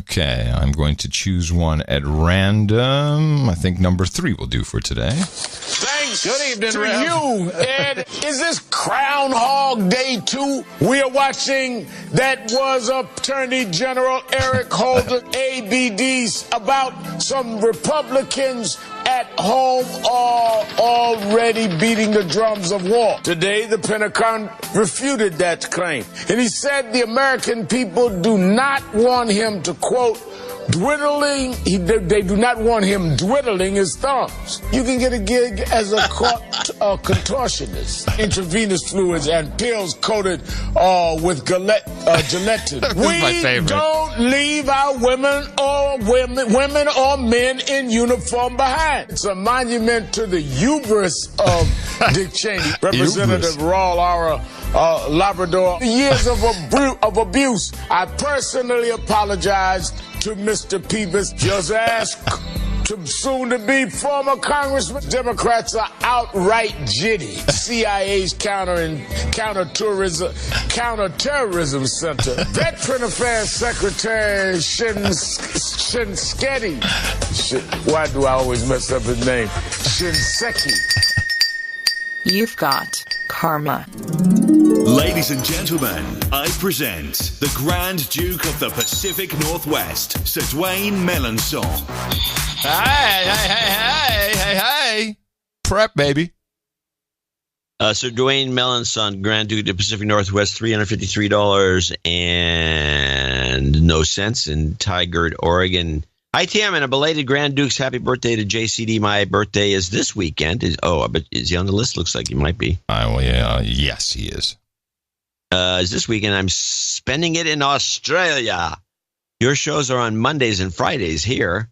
Feels strange. Karma and a trigger warning to all producers. A new abbrev for LGBTQIAP 25. LGBs. Or LGBs. It's not 25, it's 2S. Oh, well, it looks like 25. You have to exit pager mode.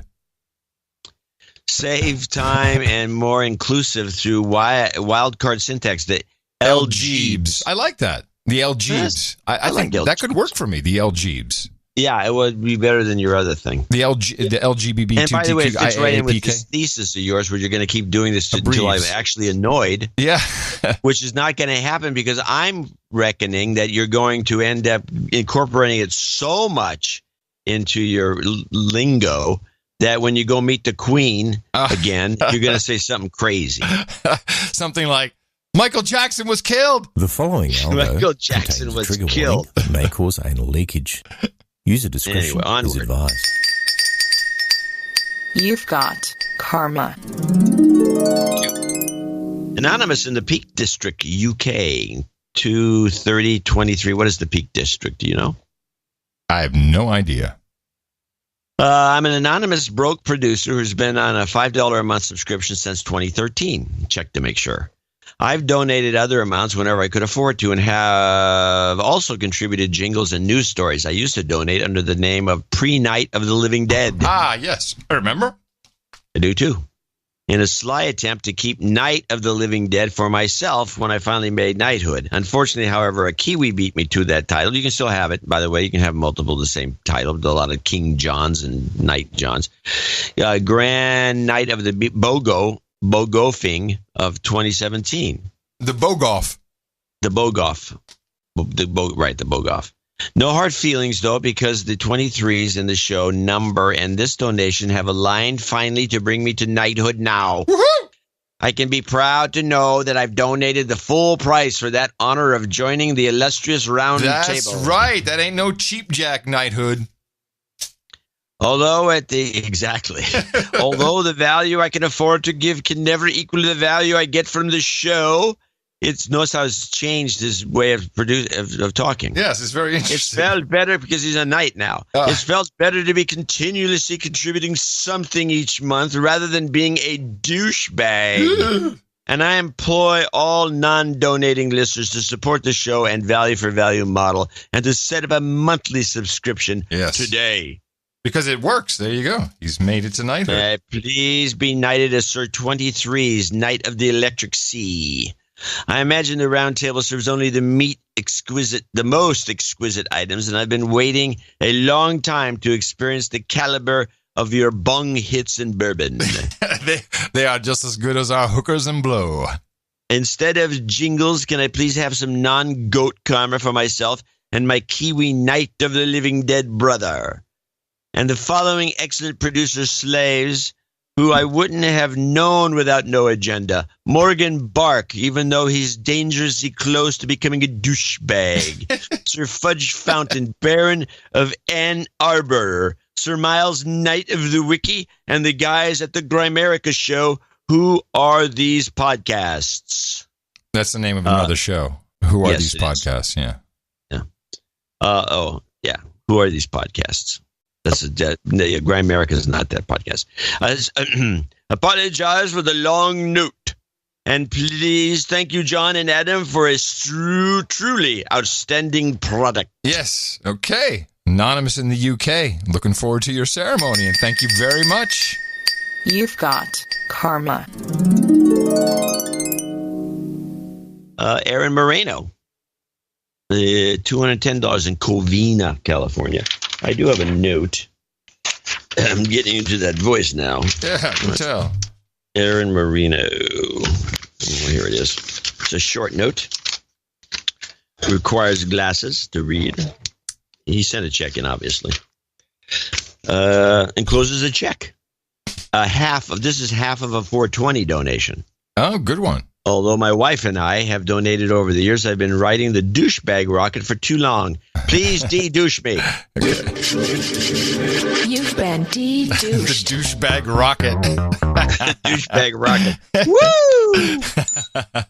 I cannot thank you enough for the information your quick-witted banter that you two Utes have provided over the years. You are solely responsible for taking the sting out of the nasty commute and providing the soundtrack to my cycling adventures.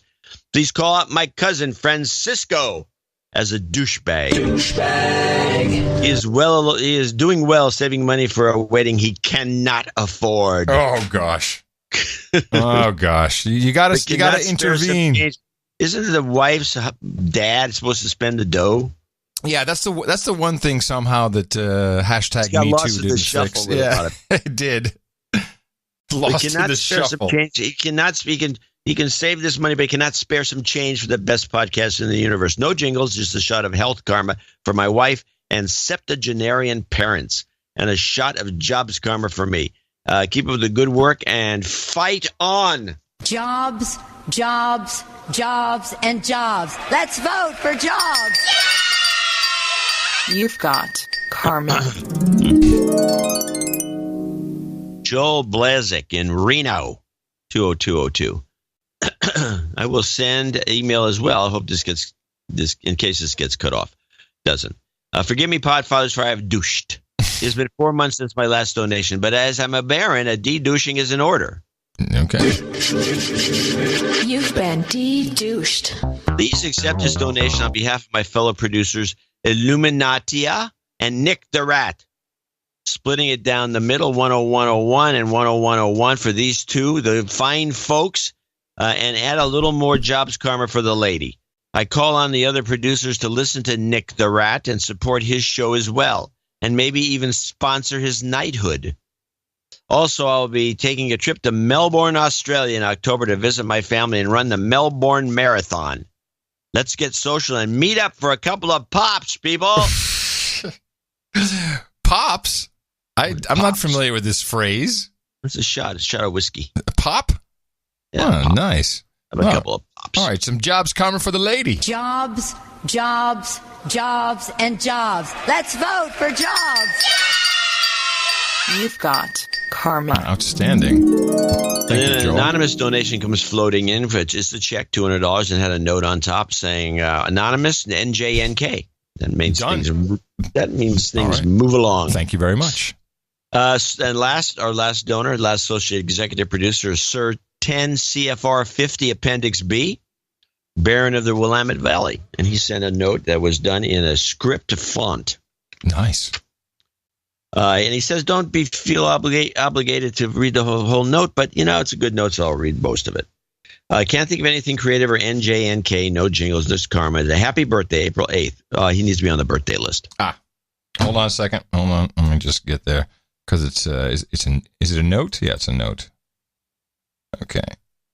Yes. What is the date? April 8th. Oh, today. Okay. And does he have an age associated with this? Says nothing. Okay. Thank you. Done. Sorry for the long delay since my last donation that elevated me to baronet. This donation was made right after I purchased a house and property in Oregon. This was followed by a few months later by annulling my divorce. Ooh. I remarried my ex-wife and then changed over from a highly paid independent consultant to a somewhat lower paid direct employee. Needless to say, the financial situation took some time to stabilize to the point that I am now comfortable donating again. Hold on. So he divorced. He annulled his current marriage and then remarried his ex-wife? No, he annulled the divorce. Oh, he annulled the divorce. Oh, well, congratulations are in order then. Good work. I guess you finally paid him back. Needless to say, the financial industry most of the wife desired remodeling and landscaping has been completed, so now he can afford to donate. Okay. Did he get half of his money back? During that period, No Agenda has continued to be a fantastic source of information and real news. I even built up some political credibility by predicting Trump's victory at the beginning of the primary season. Very good. Cred, People thought I was nuts, but I had the last laugh. The downside of being faithful No Agenda listener is my lack of patience with the bullshit native ads and propaganda being spoon-fed to the MSM viewers. It has gotten so bad that my wife is unable to watch the news with me. Well, hopefully she listens to the show with you. Do they listen together? Other than the weather, yeah. Well, I don't know if she does. He never says. I don't think she does. Even when he watches the weather, a scoff escapes when global warming statement is made. Anyway, I'm headed over to Germany. He's got to get her listening to the show, man. I mean, they've had a rocky go of it, and so he's sitting there going, global warming, and she's rolling her eyes. Well, he's going to get divorced again if he's not careful. Yeah. Anyway, I'm headed over to Germany for a couple of weeks later this month, and then to the UK. After a few weeks after that, I'll do my best to get some boots on the ground information for you. Good. He does say one little PS, which I'll read. Potential show topic. I grew up in Southern California and went to school, elementary, grade, high, during the 60s and 70s when California still had one of the best educational systems in the country. Yeah, those days are over. Anyway, I was taught when speaking of another person and myself to mention the other person first, e.g. Bill and I. Yeah, that's how I was taught too. And that's the way you speak. I just did it earlier in the show. Yep. Nowadays, all I hear is me and Bill. And this is on mainstream television, podcasts, and on the street and in the office. Good point. Good observation. I first noted this around the turn of the century, but it has gotten worse and worse since then. Did they change the way English grammar is taught? Or maybe grammar is no longer taught? Anyway, that's my rant. And that's not just a rant. That's a great observation. I think thought so too. We got to pay attention to that. Are you actually sitting behind the drum kit? Is that your? Do you have a holder for your? I can just see you now. So you're in the chaise lounge. You've got the drum kit angled just so. You're still in the middle of it. You got your crash cymbals, just so. You got your bongos. You got a snare drum. Where's your snare? I don't have a snare. Somebody get John a snare. I need a snare, but I need a snare and a cymbals. I'm using the gong. If you hit it on the side, it sounds like a little bit like a cymbal. Yeah, but to do the rim shot, you also need the kick. You need the boom.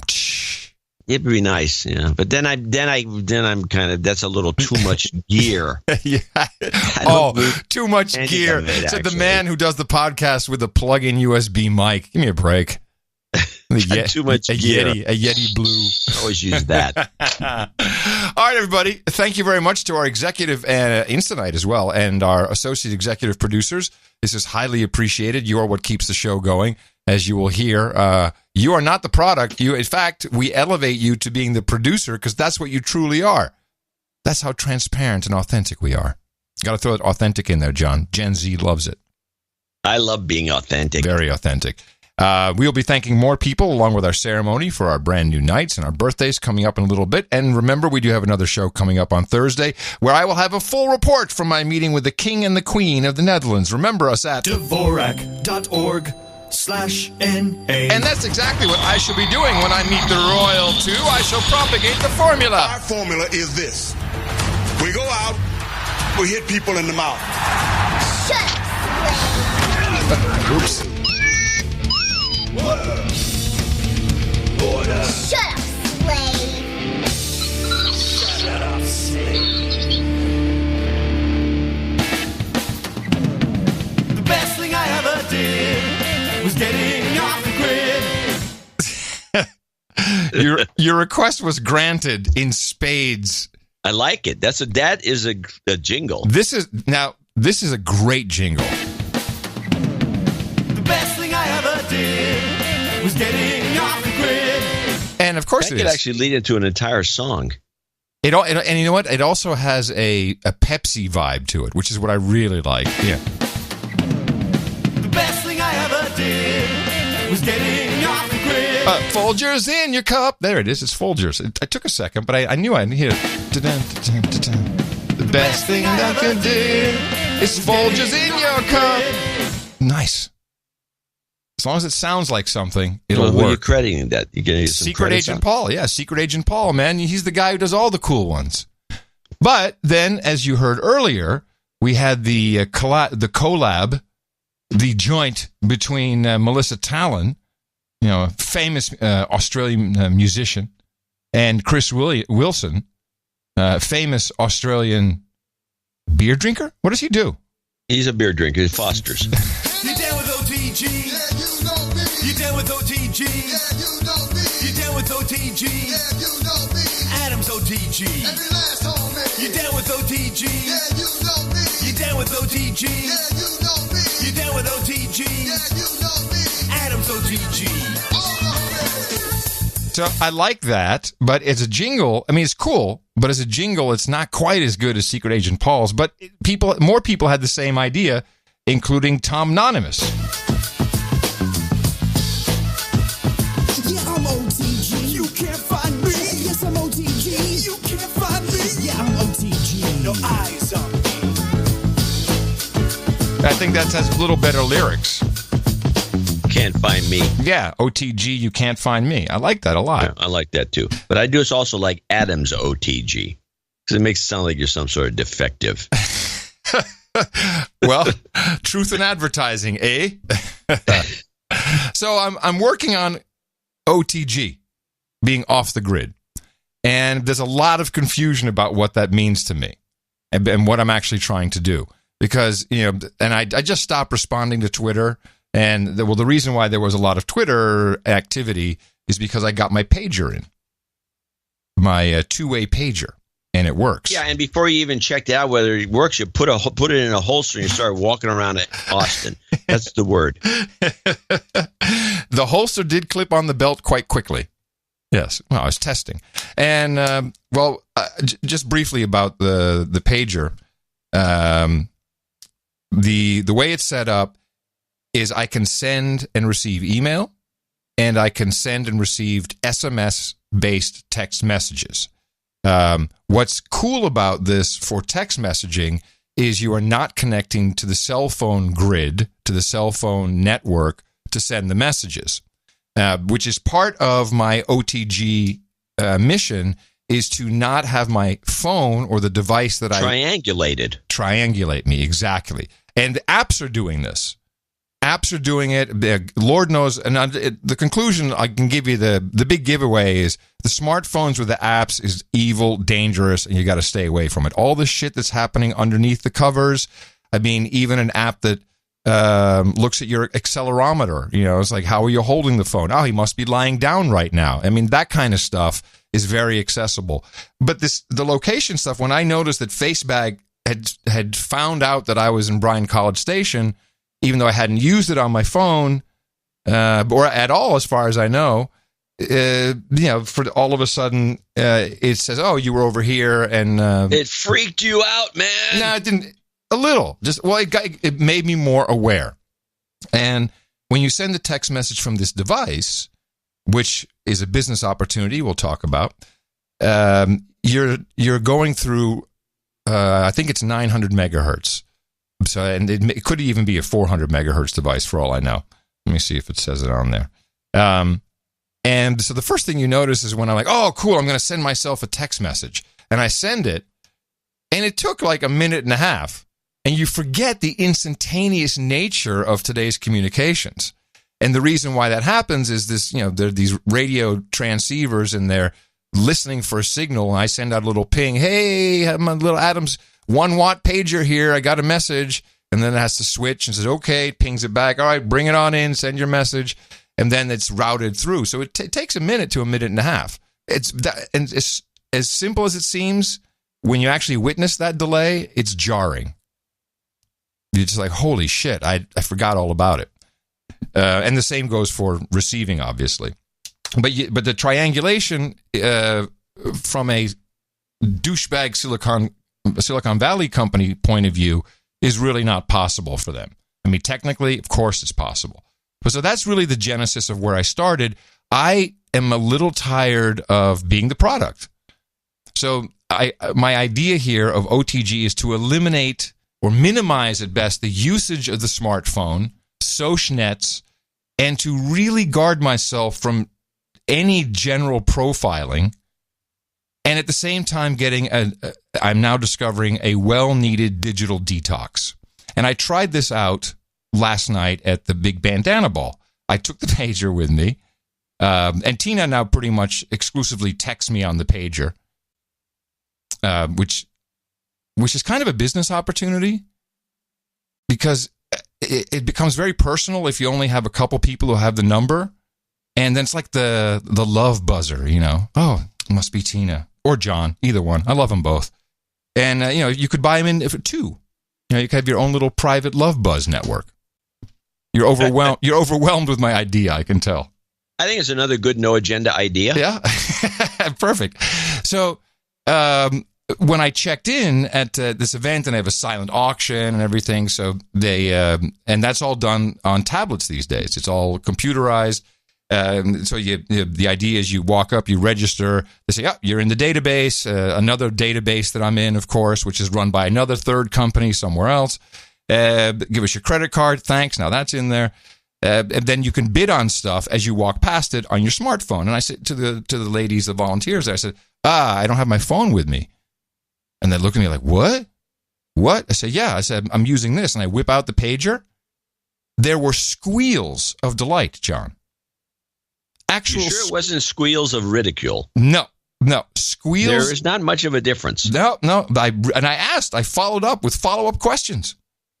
But they were, it's really only two kinds of squeals of delight. One is the person who goes, "Oh, I had one just like that." Like guys in business suit idea, like 50-year-olds. Oh, that's And then certainly some of the younger female subjects at the bandana ball. Oh, that's so cute. John, they were squealing in delight. And then I said, yes, this is, I'm trying to. So cute. Yeah. They threw their panties at me. They just love the pager. And then I said, yeah, I'm doing a digital detox. And they immediately went, oh, yeah, right. Yeah, good idea. Immediately. The market research is in. This is something people want. So in the second part of my quest, I still need to do certain things. I would still, when I'm only starting this while I'm on the road. At home, I'm working on that. An actual device that connects to the cell phone network is just not where it's at when you're using apps, etc. Even browsers, it's just none of that. So are you bored already? Is that why you're blowing your recorder? Because I'll stop. No. I'm getting this ready. Well, this is the whistle. The cuckoo clock. Is that what you're trying to do? The cuckoo whistle. So you at minimum you need a VPN if you're going to use a Wi-Fi device, and there are some pretty good proxies out there that instead of blocking ads, it actually installs a proxy on your phone and it just routes those to nothing. So you can say it's a great gag, by the way. Anything from FaceBag, it just doesn't come through. It's just blocked at the network level. So that will eliminate some of the tracking, obviously. And I would say only use a device with a browser. Don't use an app. The browser is bad enough. And have you seen the Brave browser? I've learned so much. Well, it has been around for a while, actually. I'm very impressed with this. They have some interesting. There's some interesting ideas. I've played with it. It's also has issues, but there's another one. I wish I could remember the name of this. I think is more impressive. It's like something I don't know. Well, go on. What I like about the Brave browser is two things. One, it's the guy who was ridiculed out of Silicon Valley. Was the Firefox guy who, donated some money to some group who don't like gays, and then he had to resign. Oh, that guy. He was the head of Mozilla, I believe. Yeah. Maybe it was Mozilla He Foundation. said something. He gave some money. He gave money to some group that doesn't like gays, and then he was shamed out. Yes, he was shamed out. I agree, he was shamed out, but I don't know if that group was an anti-gay group. No, of course not. But I'm just saying, what I recall, I think when we discussed it, we looked into it. I put a little flag in my mind, like the guy probably got screwed. I think that was our conclusion. The guy got screwed. Yes, he got screwed. So he's back. He brings a lot of knowledge with him. And what he's doing is he's reversing the process. He's saying the best place to track what you're doing is your browser. Your browser knows everything. So instead of just shooting all this information about you through your browser into the server that you're communicating with, why don't we come up with a system that is, here it is, blockchain based, but it actually is an interesting use of blockchain. So you can have a money flow ecosystem through a browser extension. Well, that's for another day. But what he has shown very clearly, and all of this is in the show notes, by the way, is the profiling of you as a user. I mean, cookies, that's a red herring. Cookies is the biggest joke and distraction in the world. Have you ever heard of canvas fingerprinting? No. And apparently this issue was raised when HTML5 was, coming en vogue, and but no one gave a shit about it. I guess maybe the hate of Flash was big, or I don't know what it was. But with HTML5, you can actually draw something on what is called the canvas, the HTML5 canvas. It's a multimedia type of layer in your browser, just to keep it simple. And then say, okay, copy and send it back to the server. And based upon your specific computer, which measures your GPU speed, your CPU speed, your clock timing, it'll send back a hash, which is just a long number, that is a unique identifier, and it's 99.10% accurate when you use that computer and that browser. you are now trackable, no matter what else you block, even if you have no ads running. And this was quite an eye-opener to me. There's a number of things they can do, and this is because your browser, it sends all this information, including what fonts you have installed. So, if you have this fingerprint and then you have 41 fonts installed, someone else has 43. Oh, wait a minute, that's Dvorak, that's Curry. So it's a lot more sophisticated than I ever realized. So the idea that he has is have something running inside your browser so that it doesn't send all this information. It's not just limited to what computer, what operating system, what browser you're using. It's all this other stuff, limiting that and only signaling intent. Like, this person's interested in sports. So that's kind of his idea. It's still an advertising model, which I'm not crazy about. But blocking it all off, and this is what the Brave browser does. It blocks the canvas fingerprinting. So there's a lot of things you can do with that. And I think that I can get pretty close to at least not being abused by Silicon Valley companies who aren't paying me, in fact, have more data on me than the census will ever have. Why the census doesn't just get it from FaceBag is beyond me. And I think that as I go through it, starting now with the pager and how that's set up, and then right now using the iPod Touch, but looking at other devices, I think that we can all kind of protect ourselves from just being abused and having all these companies, being able to control us. Forget the advertising. I think this was my eye opener, was the sponsored posts on FaceBag that I was happily reading, but they were all really ads. So someone was clearly putting stuff in front of me that they decided was what I wanted to read, and it worked. Because you wanted to read it. Yeah, but who knows? I think it's not beyond the realm of possibility. Advertising is usually just shit. But memes work really well. So you can start inserting this stuff, and there's just way too much data about us to, right down to the Roomba. The Roomba was selling the layout of people's living rooms to data brokers. I didn't know this. Yeah. You put this stuff. Yeah, they just announced they're no longer doing it. Uh-huh. Yeah. Wow. Yeah. Well, those guys are douchebags anyway. Yeah, but they're all douchebags. This is the thing. Everything. Apple, I think, is actually the best actor here.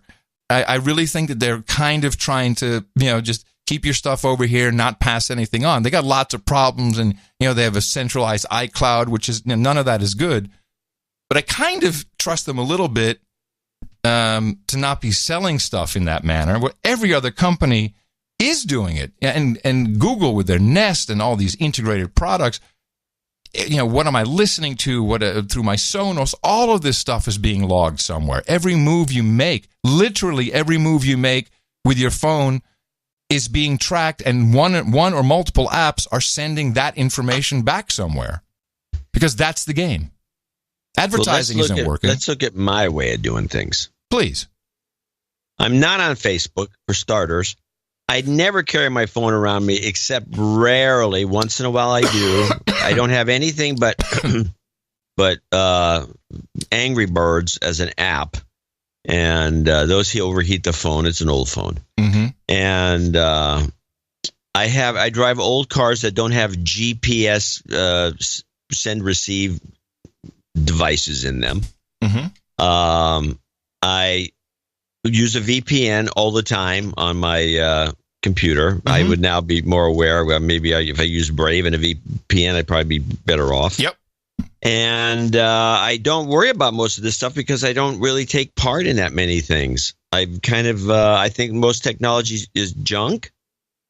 And I don't have a Sonos. I have old-fashioned gear, big, giant, old-fashioned speakers. I don't have a Nest. I have a mechanical thermostat that you said it's got a mercury in it. Mm-hmm. All that sort of thing. I'm not taking part in this scheme. Absolutely. And absolutely, John. And you were very smart. You were very smart. Whether that's because you're smart or just lazy and didn't give a crap about the new technology is up in the air. But the could result be up in the air. But in fact, and I don't think it's because I'm smart. I think it's because I'm sensible. Yes, correct. But most people are in my situation, and probably a lot worse. And I also don't have an Echo or one of these devices. I think you have one. No, you don't. I mean, so what I'm doing now, this is why I call it the digital detox, is it's actually very fun. It's not bad because you don't have a phone to play with. And you got to make it difficult. So I don't carry my Wi-Fi device, the hotspot. It's got to be difficult to get on. I'm going to have to go find a Wi-Fi, get a password, whatever it is. So what the result is, you really, I can, the people who can page me are you, Tina, her daughters, my daughter, and that's about it. And then I have one or two trigger words of if I want a certain email to be copied to my pager so I know it came in. That's all I need. And what happens is you see that half the population around you are fucking zombies. I know it's not a big revelation, but it really becomes fun when you don't have anything to play with. What are you going to do? Play with the pager? You just have nothing. So you're looking at other people. Breakout. Yeah, Snake. You're looking at other people like, holy crap. And then you see phone, headband, just everywhere. And you realize how fortunate you are that you're actually alive and breathing at this moment. And these people are immersed. This is, AI. Yes, we're going to get to AI, but it's not going to be machine learning and smart machines. It's going to be, we're wetware. We are the AI. All that Silicon Valley is missing is the lowest IQ possible, which someone with a low IQ can still drive a truck better than the Tesla automated autonomous truck can drive. Someone with a low IQ could do that better. All we need is to be able to control them. And that's now happening. I'm looking at my device, turn left here, get into cab. Okay, I will start engine, I will go. We are the AI that Silicon Valley is missing. And they're not trying to build a brain. They're trying to integrate their crap to control ours. That's RoboCop. Yes, that's the big joke of all of this. I'm sure of it. Well, I think this is a good experiment for you. Mm-hmm. I think you're maybe too enthusiastic, but in a kind of a concerned way, it kind of disturbs me. But I'll let it slide. All right, and maybe there is a business opportunity here for these if you get squealing teens. Well, that was the eye opener on the business tip. Is I think you can just call it the love buzz because it's really intimate when only a few people have your pager and you're typing out your mess. There's no emojis, by the way, which guess what turns you into a better writer. Isn't that interesting? Where you take time, thoughtfulness. Well, there's all those old pager codes that are still in play. Right, but this is alphanumeric. Yeah, those pager codes were all alphanumeric. Right. You could look at pager codes and get a list of them. But the idea of this is it's not like the smartphone with the pop-up keyboard, tap, tap, tap, tap, tap, tap, tap, tap, tap, autocomplete. No. If you got to press 2 keys to get a comma. So you become more thoughtful at what you're doing. And you're sending something to someone you really care about because they have your pager number. So I think if you sell them in pairs, it's like the Love Buzz combo. What do they cost each? The pager costs $39.95. Does that include anything? Battery? Service? No, the service for unlimited messages is $29.95 a month. So your initial outlay is $39.99 and $29.99 forever. Yep. Yeah, what about limited number of messages? Is there cheap? So is it a $10 plan? Yeah, you can get a $10 plan. Yeah. Yeah. Huh. And you sell 2 of them. You can probably sell 2 of them for $49.95. Well, here's the thing. So these are refurbished because Motorola doesn't make them anymore. So the options are. But you can get them made in China. Well, I'm thinking to crowdsource making a new version in China. With snappy, hip colors. The ringtone situation could be adapted somewhat. You remember those old ringtones that you had on the pager? Beep, beep, beep, beep, beep, beep, beep, beep. No, I'll show you my options. This will trigger some people. Beep, beep, beep, beep, beep. Here we go. We have standard. By the way, I never had a pager either. No. We have sound wave. Oh, I hated that one. We have the ring. Oh, what happened? Ring. Here we go. Arpeggio. Oh, it's very soft. And astral. Ring a bell, anybody? Early cell phones had those same sounds. Yeah. So that is the only other thing is the cell phone part. And what I'm doing right now is I have the iPod Touch, which, guess, I didn't know this. Apple allows you to use your main phone number and link it to other Apple devices so that you can use them to call as if you're calling from your phone with Wi-Fi calling. So the iPod Touch, if I connect to Wi-Fi, I can call any phone number as if I was calling on my T-Mobile account when my phone is just at home and my phone is actually off.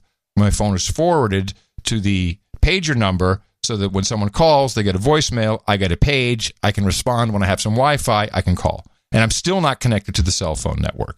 So, you know, I'm working out a whole strategy here. I'm glad you're keeping busy. Yeah. All my life, all I've done is pick the hits. Whether it's been songs, whether it's been technology, whether it's been talent. I hate to say it. This one's with a bullet, baby. Yeah, I'm OTG. You can't find me. Yes, I'm OTG. You can't find me. Yeah, I'm OTG. No eyes on me.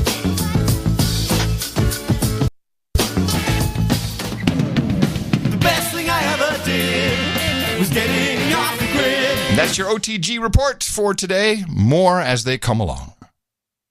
And tons of info in the show notes. Back to the show.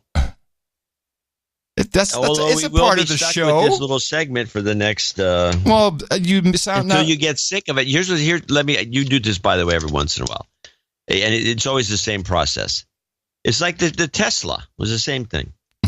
You were enthusiastic and you got it, and you're working on it, and then all of a sudden, this will be 6 months from now. Oh yeah, I had to go back to the phone because, and then you will have a long exposition. Long by that I mean 2 minutes. Long exposition of why it didn't work the way you'd hoped, it all makes sense. Does this mean that you don't care if we don't cut you in on the pager company? No, I expect to be cut in. Yes, you are correct, and this is what I do. I kick around stuff for months, sometimes years at a time, and most of it is nothing, and sometimes it's podcasting. There you go. But at least that one worked out. Yeah. Okay. A real money maker. Well, it seemed like a good idea at the time. Yeah, for sure. And I like the fact that nobody gives you credit for it. That's even funnier. Yeah. Oh, yeah. I just laugh all the time at that. Oh, we're starting to have a new thing. Let's call some experts. Nah. Experts? Who the hell needs that? Experts, schmexperts. Little entremont, just to get us in the mood here. Apologies for the quality. This is a promo for the movie Chappaquiddick. For some reason, we have to have all this JFK stuff everywhere. That's Teddy Kennedy. Well, Kennedy stuff. Yeah, you're right. But wasn't Chappaquiddick, didn't they also do a TV thing? I don't remember. Yeah, I think there was. That was just years ago. No, just recently there was something. Oh, I thought that was what we're talking about. No, we're talking about the upcoming movie. Oh, maybe it is the same thing. I don't know. But just listen, it's the same thing. Listen to the tag at the end. Actually, I'm going to forward this a little bit. It was an accident. And edge of your seat absorbing. Moses had a temper, but he never left a girl at the bottom of the Red Sea. Chappaquiddick. Rated PG-13 for thematic material, disturbing images, some strong language, and historical smoking. Now playing. Could you hear that? Historical smoking? Yes. That's a disclaimer now. It has some historical smoking in it. I guess you get fined if you I don't think you get fined, but yes. Oh, I think there are rules now. You can't show, like drinking on TV. There's all kinds of little gotchas. You can't show the actual first sip and all this stuff. So historical smoking, there must be some rule. The way we have to look into this. The way historical smoking as a disclaimer. Yeah, isn't that good? Yeah, I'm only smoking old cigarettes. Old school, baby. Historical smoking. I just put that on your medical form. Historical smoking only. Okay, here we go. So I've been, as me, I have this thing about Brooks and Shields. Yeah, about them being on the same side all the time. They're on the same side. They are. What's the point? What is the point of having two people just agreeing with each other constantly because they both hate Trump? I mean, Brooks was embarrassed by saying right from the get-go, I mean, it'd be a great little compilation when he first said, he's a peak 25%. It's not going to go any further than that. This guy's an idiot. 30%. We don't know why he got that many. But then just on and on. They won't win the primaries. Don't worry about any wins. He won't win any wins. So the guy, and he says, I don't know. I guess I'm always wrong. Yeah, well, if you're always wrong, what are you being on this show for? So they got this guy, what was his name? Rahan Salam, who is looks like an Indian, perhaps, who's one of the executive editors at the National Review, who they put on with Shields. And it's like night and day. Oh. The guy actually, I mean, they won't bring him back because he actually explains. He does what he's supposed to do. He explains what's going on. He's good, yeah. Why is Trump doing it this way? Well, here's a possible, I don't know why, but here's a possible reason. And then he says it, and then Shields gets all bent out of shape. He gets all nervous. Shields hates this guy because the guy just was calm. So it's finally the format that it was intended to be. Yeah, it's finally the format it's intended to be. They'll never invite the guy back. I wish they would. But let's listen to a couple of examples, something you've never heard on the PBS NewsHour, actually explaining a situation that makes sense, not as, Trump's just a moron. He's unhinged. And the hordes of rapists descending upon us, quite contrary to fact and reality. But I don't think, Judy, that this is helping Republicans who are increasingly discouraging situation and condition heading into November 2018.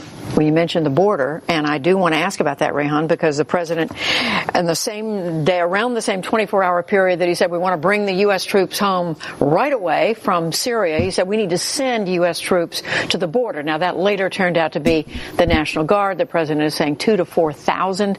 But we find out later when he's making these statements, the administration wasn't prepared, the Pentagon wasn't prepared to explain what was going on with the troops in Syria. They say there are no plans, as far as they know, to bring them home immediately.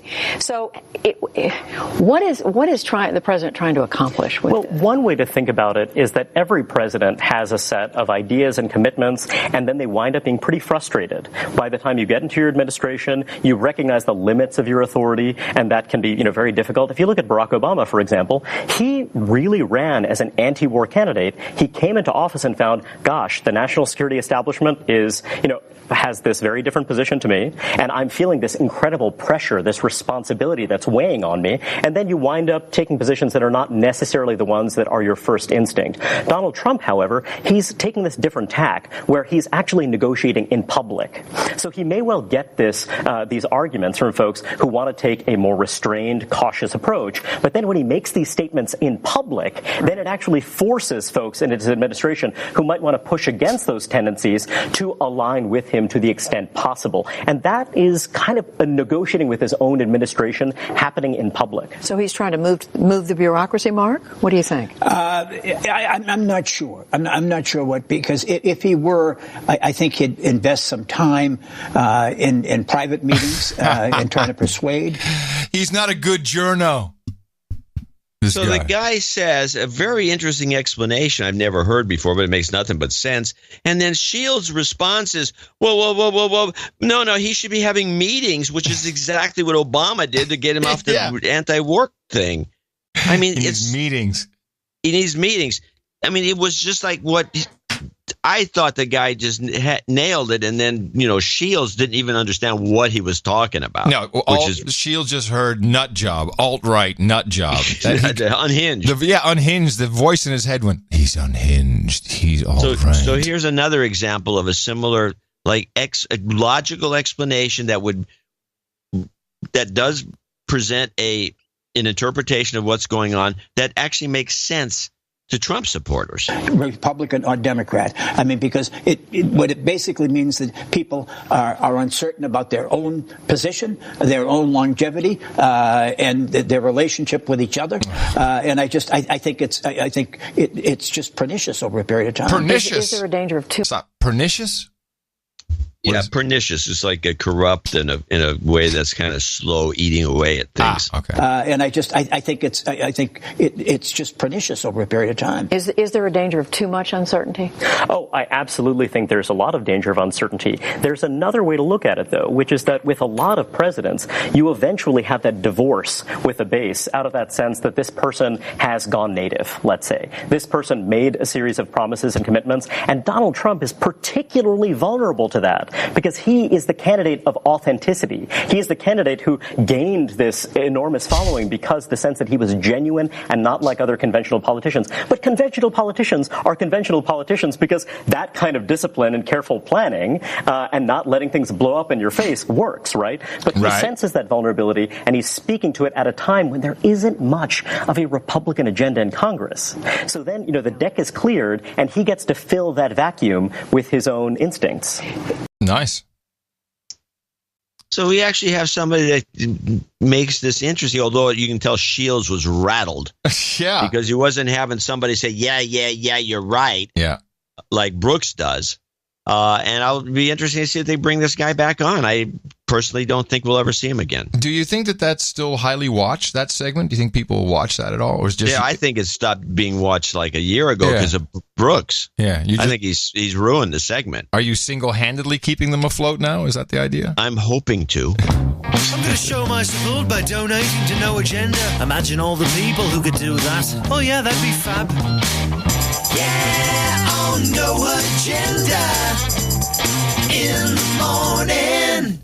And we do have some people to thank for show 20. What is it? 1023. 1023. And what is the 10 code? What is the 10 code for that? Look it up. Yeah, you get going. 10 code. David Cardania. We do have some people to thank, starting with David Cardania in Evergreen, Colorado. $180.08. And this is going to be a night. We're going to bring him to knighthood. Read his note. My smoking hot wife just survived her first breast cancer scare with no bad results. Can you get a boob fuck karma cancer jingle for her and all the ladies who get through the boob squish process just to stay safe? And by the way, 73 is KE0INX. I'm not looking at the spreadsheet. I'll have to take your word for it. So anyway, 73. A boob F cancer. Let me just do that now for him. So we can do that. Okay. Boob. Fucking cancer. You've got karma. I like it. It works. And that's Lauren Littlefield's next on the list with boob. She actually donated 8008 from Manchester, New Hampshire, and wishes me a happy birthday. Thank you. Nice. Sir Brian Greenahams, 7373s, New York City, KC9YJM, 73s to you. 73s, Kilo 5 Alpha Charlie. Alan Hawes, 7171. Colin Sloman, 66, which is my birthday donation. Oh, yeah. And this would be I got a few more left. Just a few left. That's I'll read them nice. off. Name and location. Mark Mallon, and it's a good thing, too. We had very little donations other than this. Baton Rouge, Louisiana. Micah Miller in Bethel, Pennsylvania.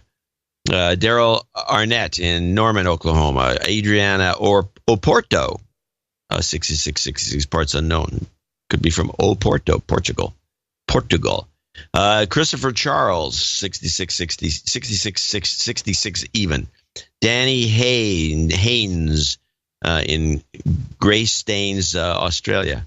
John Adams, Courtney Vandenberg, Amarjit Singh in Delhi. Hey, it's the Indian guy. Happy birthday! Nice. The Indian guy checks in. The Indian producer. Time. Yeah, thank you.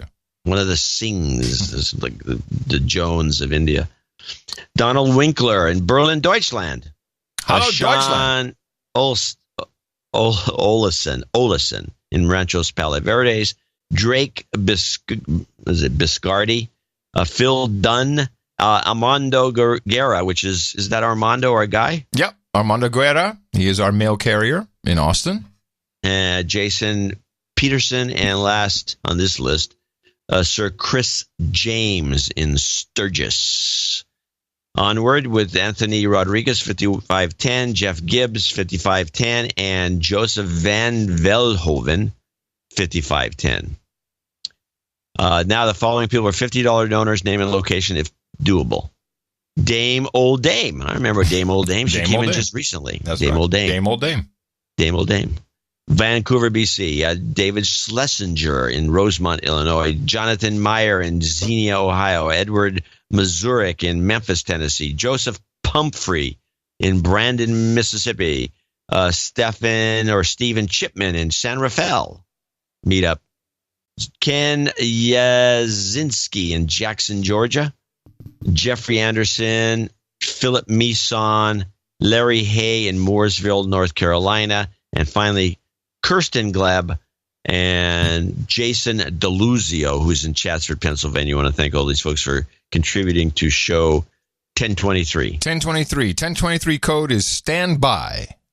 1023. Well, thank you all for continuing the birthday week celebration for my partner here, as well as for all other donations that came in. Also, those on subscriptions under $50 for reasons of anonymity. It is appreciated because in the value for value model, which we've pioneered and done so for a decade, and we're still here, you are the producer, and everyone does it in their own way. The finances are a big part of it, so thank you very much. Another show coming up on Thursday. Dvorak.org/NA. Just next to Jobs Karma for those who need it. Jobs, jobs, jobs, and jobs. Let's vote for jobs.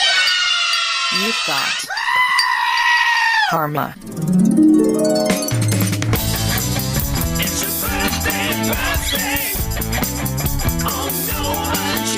Just a short list, Sir 10 CFR 50 Appendix B, Baron of the Willamette Valley, celebrating his birthday today, as is Sir Dwayne Melanson, Grand Duke of the Pacific Northwest.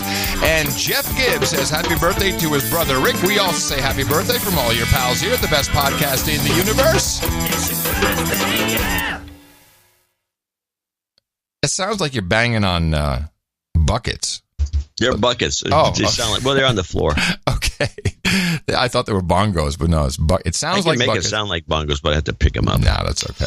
What you could do is you could draw your sword there. Got it.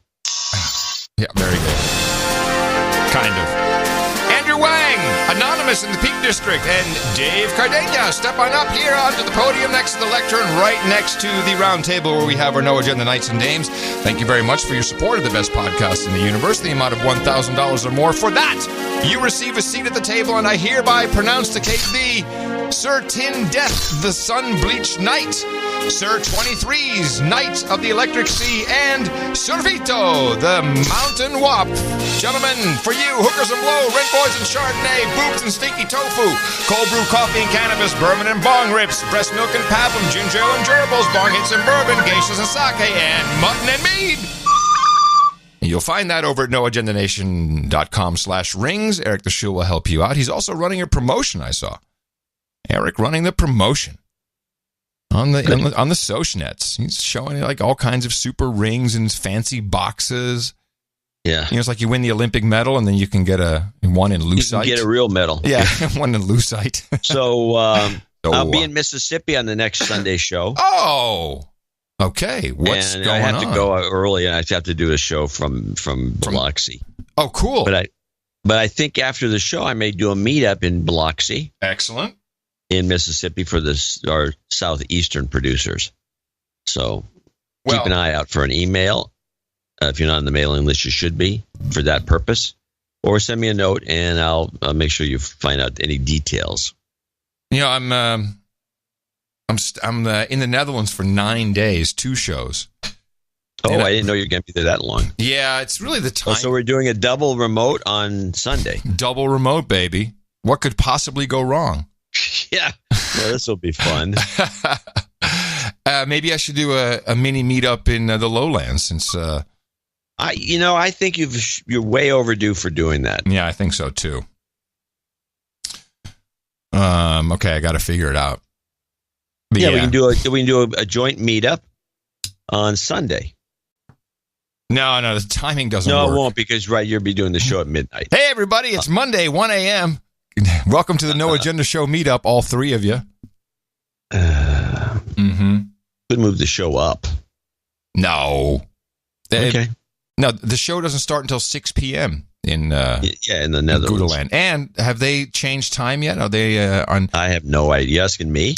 I realized that I think it's only, and I'd like to know this from our producers. Here's a call out. The chat room, the troll room could even get us started. In America, we call it daylight saving time. So we're saving daylight somehow. We're saving daylight. Yeah, put in our pocket. But you know what they call it in the Netherlands? Brilliantly. Stupid day. No, springtime and wintertime. What time does springtime start? What time does this way? We don't need all these. So was that during the Second World War? Was it called springtime for Hitler?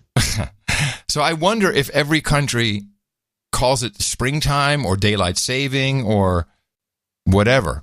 I had a separate thought as this came to me that's kind of odd because I need to know if they're 7 hours ahead now or 6 hours ahead of me. Maybe the weather is really, and climate in general is controlled by our collective conscience, and the elites need us to kickstart into spring, so we have to all think about it.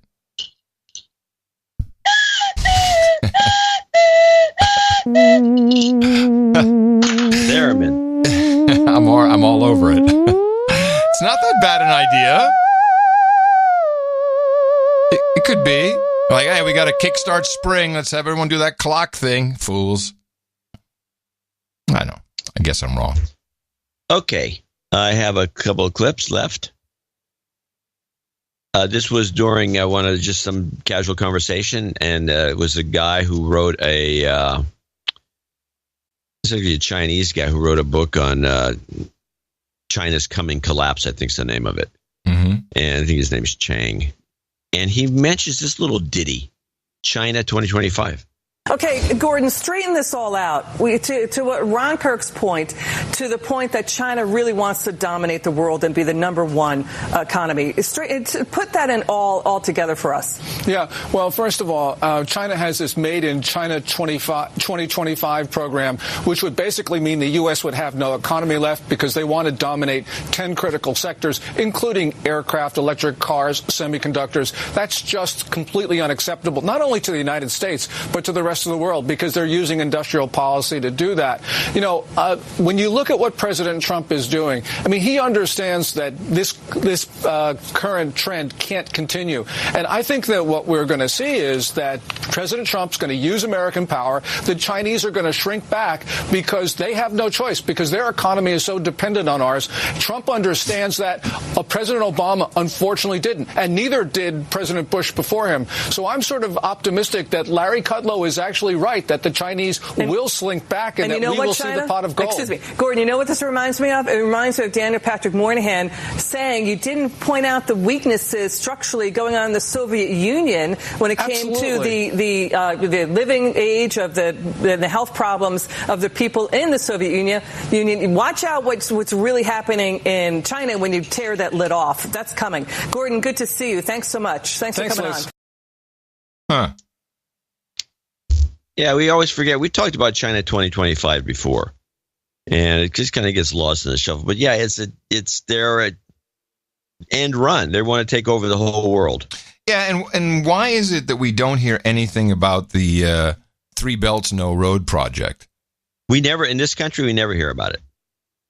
Here, I have the... It's almost as though we're working... It's like our media is working for the Chinese to completely subvert the United States so we can just become part of just some stooges in a one-world government run by who knows who. I found an old clip that was titled China 2025. 30 seconds. Let's listen. You're back with the world today.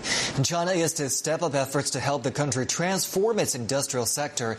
That's the message from Minister of Industry and Information Technology, Miao Wei, who made the comments on the sidelines of Beijing's ongoing political sessions. Along with Vice Minister Xing Guobing and Ministry spokesman Zhang Feng, Miao elaborated on pushing forward with and implementing the Made in China 2025 strategy designed to transform China into a world manufacturing powerhouse. Huh. Isn't it great, by the way, how with this little rinky-dink podcast, we do something that huge teams would not be able to do? You mean bring out the simplest of things and point out that it's like crazy we're going along with a program? Not even that, but imagine we're sitting in the NPR studios, and of course, we're not running the board. We have an engineer, and he's on the other side of the glass. And, you have a producer. Yeah, I have a producer as well. A producer is sitting there. And then we say, hey, we've talked about this before. The producer goes, shit, do we have a clip? Do we have a clip? Then, we got to have an intern go and search the database. Oh, do we have a clip? Do we have a clip? And by this time, it's too late. Yeah, the timing's gone. Yeah. Yeah, China 2020. That's where lean and mean. That's right. Lean and mean. China 2025. Well, if we're going to do a deal, right now we're in Afghanistan. This is a huge problem for the Chinese for their expansion of the new Silk Road, which is their one road, one belt strategy, which is really 3 roads we've counted and no belts, but they have the maritime shipping lanes. They've got a lot of stuff. And it seems that we're blocking some of this progress. Wherever they want to, set up shop in a port, there's always some kind of issue. There's an issue with... We're doing our best to block it. We really are. But Trump never mentions this. Never.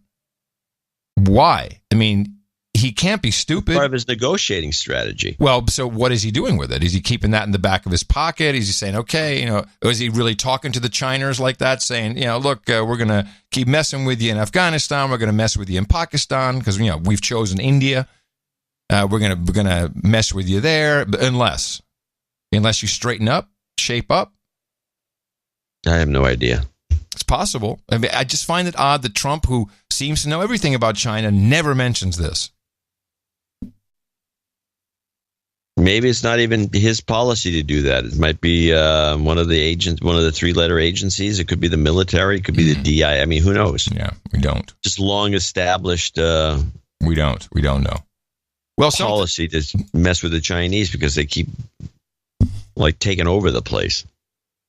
Did you know that in the United States of Gitmo Nation, nearly 1/3 of all students are homeless and hungry in college?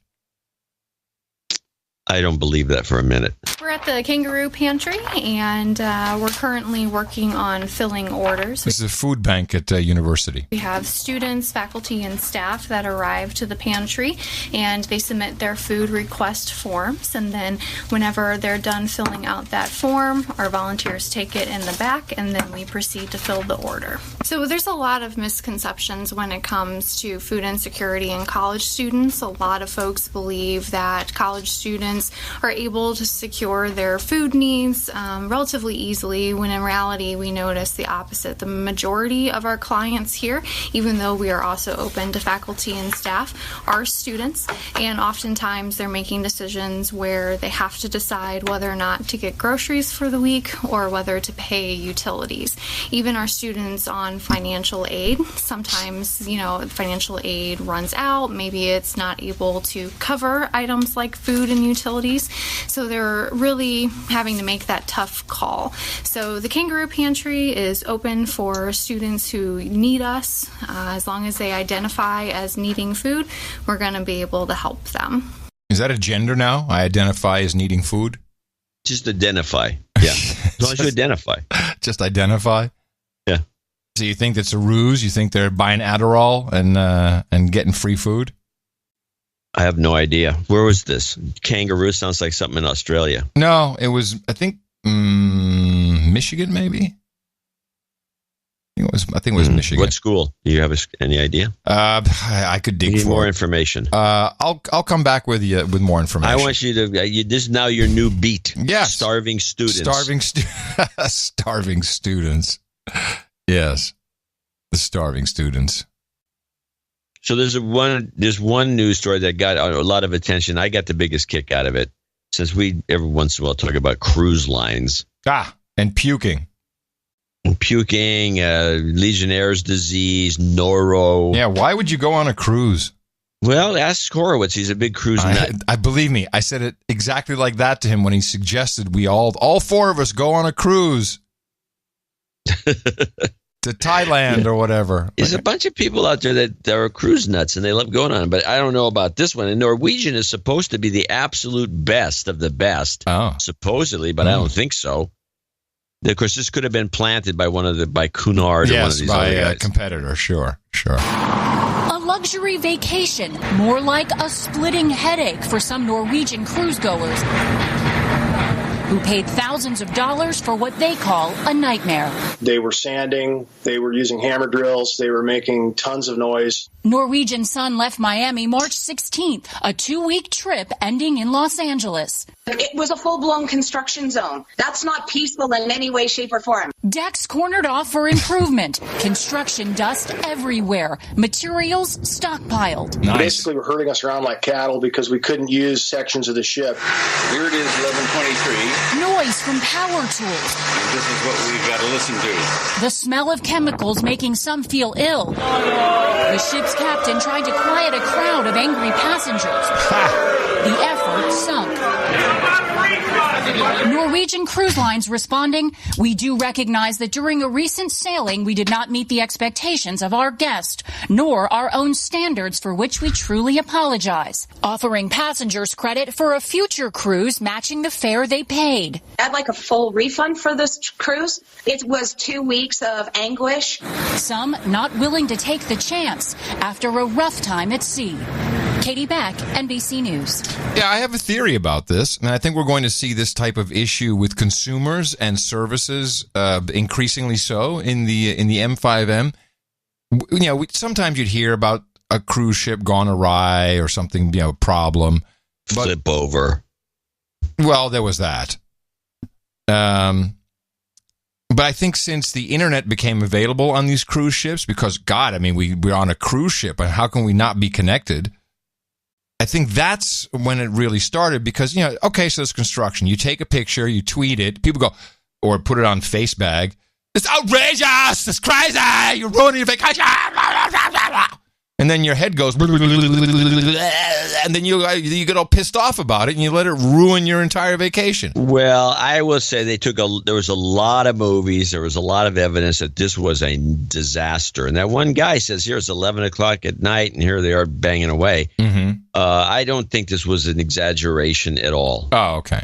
But still, I think... But I know what you're saying, and I agree with you that there's probably... Because when Noro breaks out on one of these things, there was puking all over the place. That gets out really fast. Yeah. Well, I guess the point is we probably wouldn't have heard a news story about it. But because... And I could even hear it. There must have been some SocialNet videos in there. It sounded like Skype videos and other things. There was a lot of SocialNet videos. But the funniest one, of course, was this angry mob surrounding this fat captain. Demanding their money back. That's and great. It was like he had to be hustled out of the area back to his bridge. It was pretty funny. That's great. That's very good. But it could have been like orchestrated by this coverage could have been orchestrated. I have an update on the war against opioids, the war on opioids, the war on puppies. As you know, we have a new Surgeon General. It's the hip, cool guy, Surgeon General Jerome Adams. He's the admiral who was also Trump's personal doctor and was also White House doctor, as he was for Obama and maybe a little bit of Bush, just a little bit. And so he's now the Surgeon General, and he did an interview on NPR about opioids and what they're going to do. And I think the way it's working is... We're going to give a whole bunch of Narcan to the states. And if you'd been listening to this show long enough, then you probably made some money on Adapt Pharmaceuticals, because we identified them as the makers very early on. And then the president came out a couple weeks ago, and he brought the CEO of the company up. I mean, so that'll work with the stock. Yeah, that'll boost it. Right, but each state, I think, will also get $2 billion to spend on programs. So in perfect American healthcare tradition, we hand out Band-Aids as the first thing when it comes to this epidemic, which is people overdosing on prescription opioids as well as off-market stuff, shall we say. What about paying for it? I mean, this is a medication that costs around $40 a dose, I think. The company has doubled the price in recent years, one of the primary manufacturers. Some devices that you use to administer naloxone cost as much as $600. And, I mean, there is no limit, potentially, on what individual pharmaceutical companies can charge, right? I've spoken to the president about this personally, and both he and I are determined that the cost of naloxone will not be a barrier to folks being able to have access to it. Isn't it great that we have Mike Tyson as our Surgeon General? I mean, it sounds perfect. How do you ensure? Not quite squeaky enough. It's close, though. It's Mike, 3 fights ago. Well, there are many different ways. Number one, the president has asked for and Congress has approved $6 billion in funding to respond to the opioid epidemic, more than has ever been approved in history. There's $50 million in funding that has been allocated specifically for naloxone. Number two, we're working with insurers. 95% of people who have insurance coverage, including Medicare, Medicaid, and TRICARE and the VA, are actually able to get naloxone at little or no copay, and we're working with them to make that copay as small as possible. And then finally, work with Adapt Pharmaceuticals and Kaleo, the two makers of at-home naloxone. Any collusion? To make it easier for individuals to access naloxone at low or no cost. What's their incentive to keeping the price low? Will they just do it because you tell them it's the right thing to do? Well, I hope that that's part of it. I know that these companies, I've met with the presidents, and they want to do the right thing. But also, strictly from an economic point of view, unfortunately, there are so many people out there that need naloxone that they are going to make their money one way or the other. And I think they want to do the right thing. They just want to do it in a way that helps them sustain their bottom line. And they can do that. We can cut the price significantly and still make money for them and save lives. And that's what we're trying to do. I'm a ladies' man. That's what he sounds like. That guy didn't have such a pronounced lisp. No. When he gave his presentation about the president's health. What happened? I don't know. Did he lose a tooth? I don't know. I really don't know. Let's see. I had a second part to this. This is just continuing the update. You described this measure making naloxone more readily available as a tourniquet, as a life-saving measure. Tourniquet. You acknowledge that the key, though, is figuring out what to do with that person after this emergency crisis. Like, yes, you can administer this and they can live another day, but how do you make sure that person doesn't overdose 24 hours later? Well, folks want to say, unfortunately, in far too many cases, that the individual has failed. But when a person is coming in for multiple overdoses, I see that as a system failure. We know addiction is a chronic disease, much like diabetes or hypertension, and we need to treat it the same way. So I'm focused as Surgeon General on making sure everyone sees addiction not as a moral failing, but as a chronic disease, and that we have good evidence-based treatment, including medication-assisted treatment, available for individuals with a warm handoff right from the overdose. We can't have someone overdose and then send them out onto the streets at 2 a.m. because they're going to run right back into the hands of the local drug dealer. Well, explain that moment, the warm handoff moment. Warm handoff means you come in at 3 a.m. in the morning, having been resuscitated from an overdose, and we have either an immediate access to treatment available for you, or what's working well in many places, including Rhode Island, where I just visited, is a peer recovery coach, someone who has been through this before and who can speak to you in a language that will resonate and will basically be with you until you can get into recovery. Yeah, warm handoff. That'll do it. Tourniquet and then a warm handoff. That's what everybody needs. And a Kleenex. Again, no strategy. No strategy.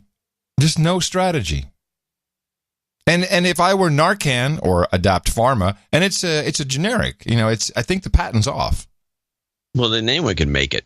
Yeah. Well, theoretically. Yes. Well, so then why wouldn't you just, spread some fentanyl around and make some generic naloxone? Yeah. Well, it sounds like a plan. I think it's another no agenda business idea. Yeah. Okay. All right. One more to play us out.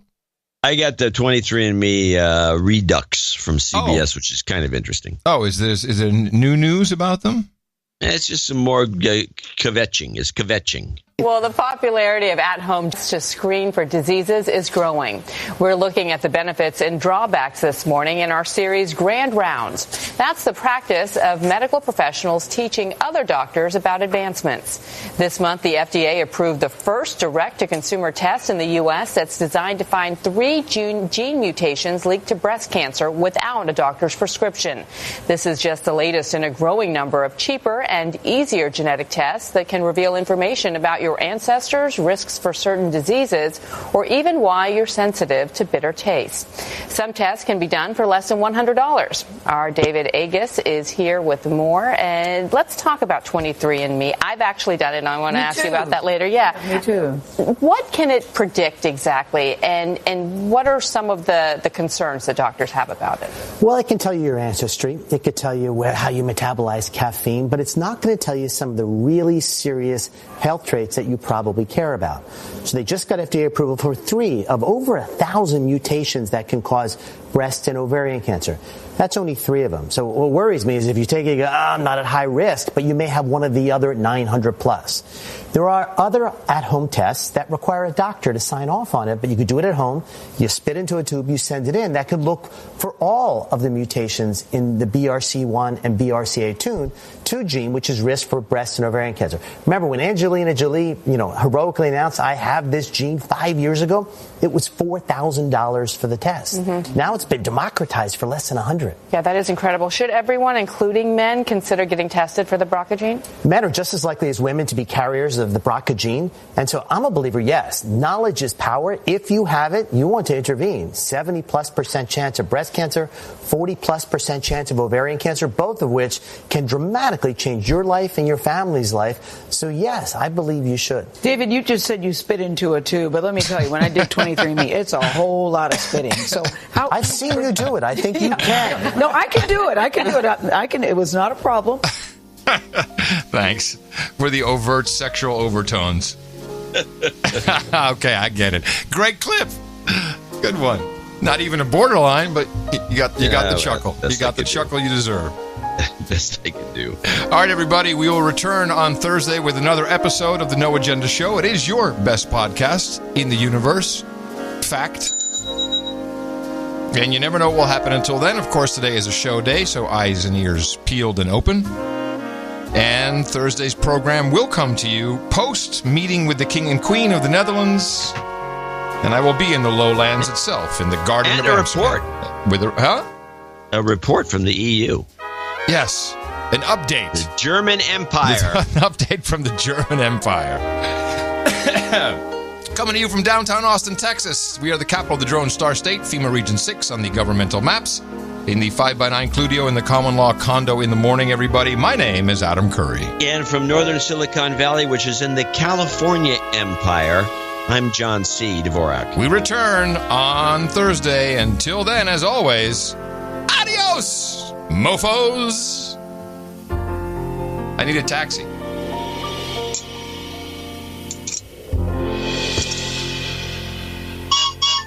Taxi!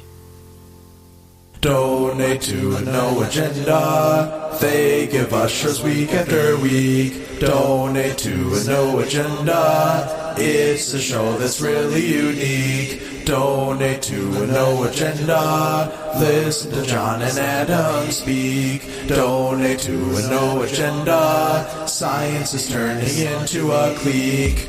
You pumped, I'm pumped, you pumped, I'm pumped. You pumped, I'm pumped, you pumped, I'm pumped. Pumped. I'm pumped. We cannot surrender to those who want to weaken or invalidate the transatlantic bond, without which global order and peace cannot survive. Actually, what we're hearing is the true nature of the European project, which is genuine anti-Americanism. Centralization makes it easier to integrate into a one-world government. Moloch. Just setting the record straight so you know who our closest and strongest ally is. Moloch. Chlamydia. Clamacophobia. WAPO. Yeah, WAPO.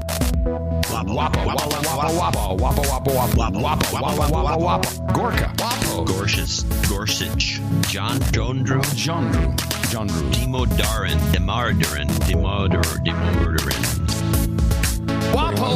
Wapo. By Mocophobia.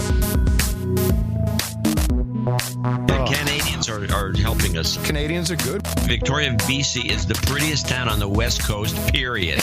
I'm going to move up there. I'm done. It's the prettiest place you've ever seen. I'm telling you. It's got a little Chinatown. It's unbelievable. Poland, still no change for you. We really don't care about you. Yeah, we need a shout out. Moloch. Chlamydia. Clamacophobia. Wapo. Yeah, Wapo.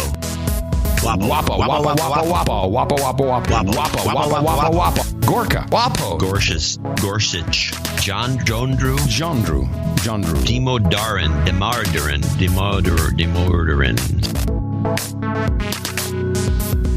Make a donation to the Scott M. Memorial Fund. Make a donation to the Scott M. Memorial Fund. Make a donation to the Scott M. Memorial Fund. You down with OTG? Yeah, you know me. You down with OTG? Yeah, you know me. You down with OTG? Yeah, you know me. Adams OTG. Every last homie. You down with OTG? Yeah, you know me. You down with OTG? Yeah, you know me. You down with OTG? Yeah, you know me. Adams OTG. Not journalism, it's propaganda. Should we be concerned?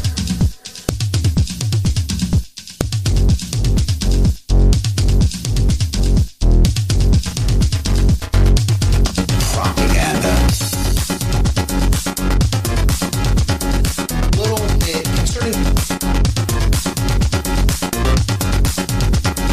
Concerned greatly. propaganda. Concerned?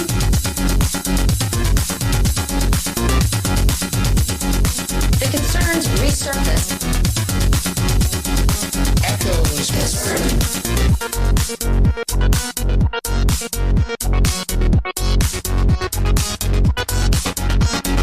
Not journalism, propaganda. Should we be concerned? Propaganda. There's a concern.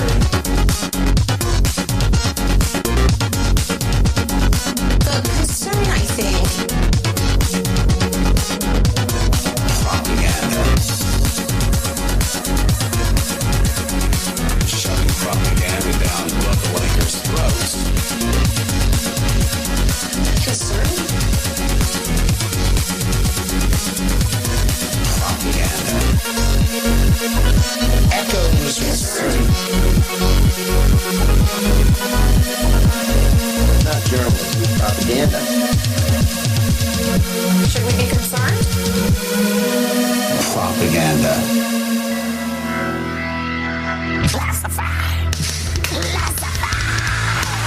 At the end of the day, but my God.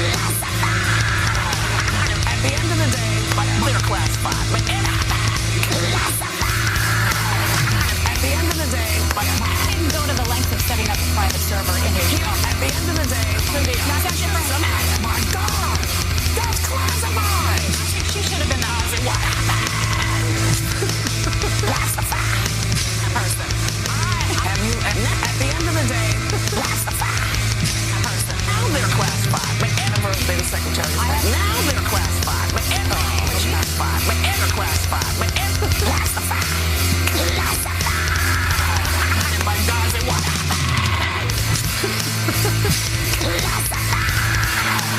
My God, it what? Have you ever been secretary?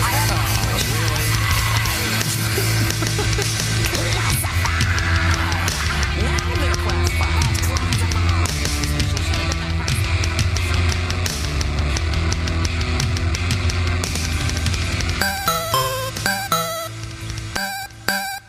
The best podcast in the universe. Adios, mofo. Dvorak.org/NA. You know, I almost bought one. The lies.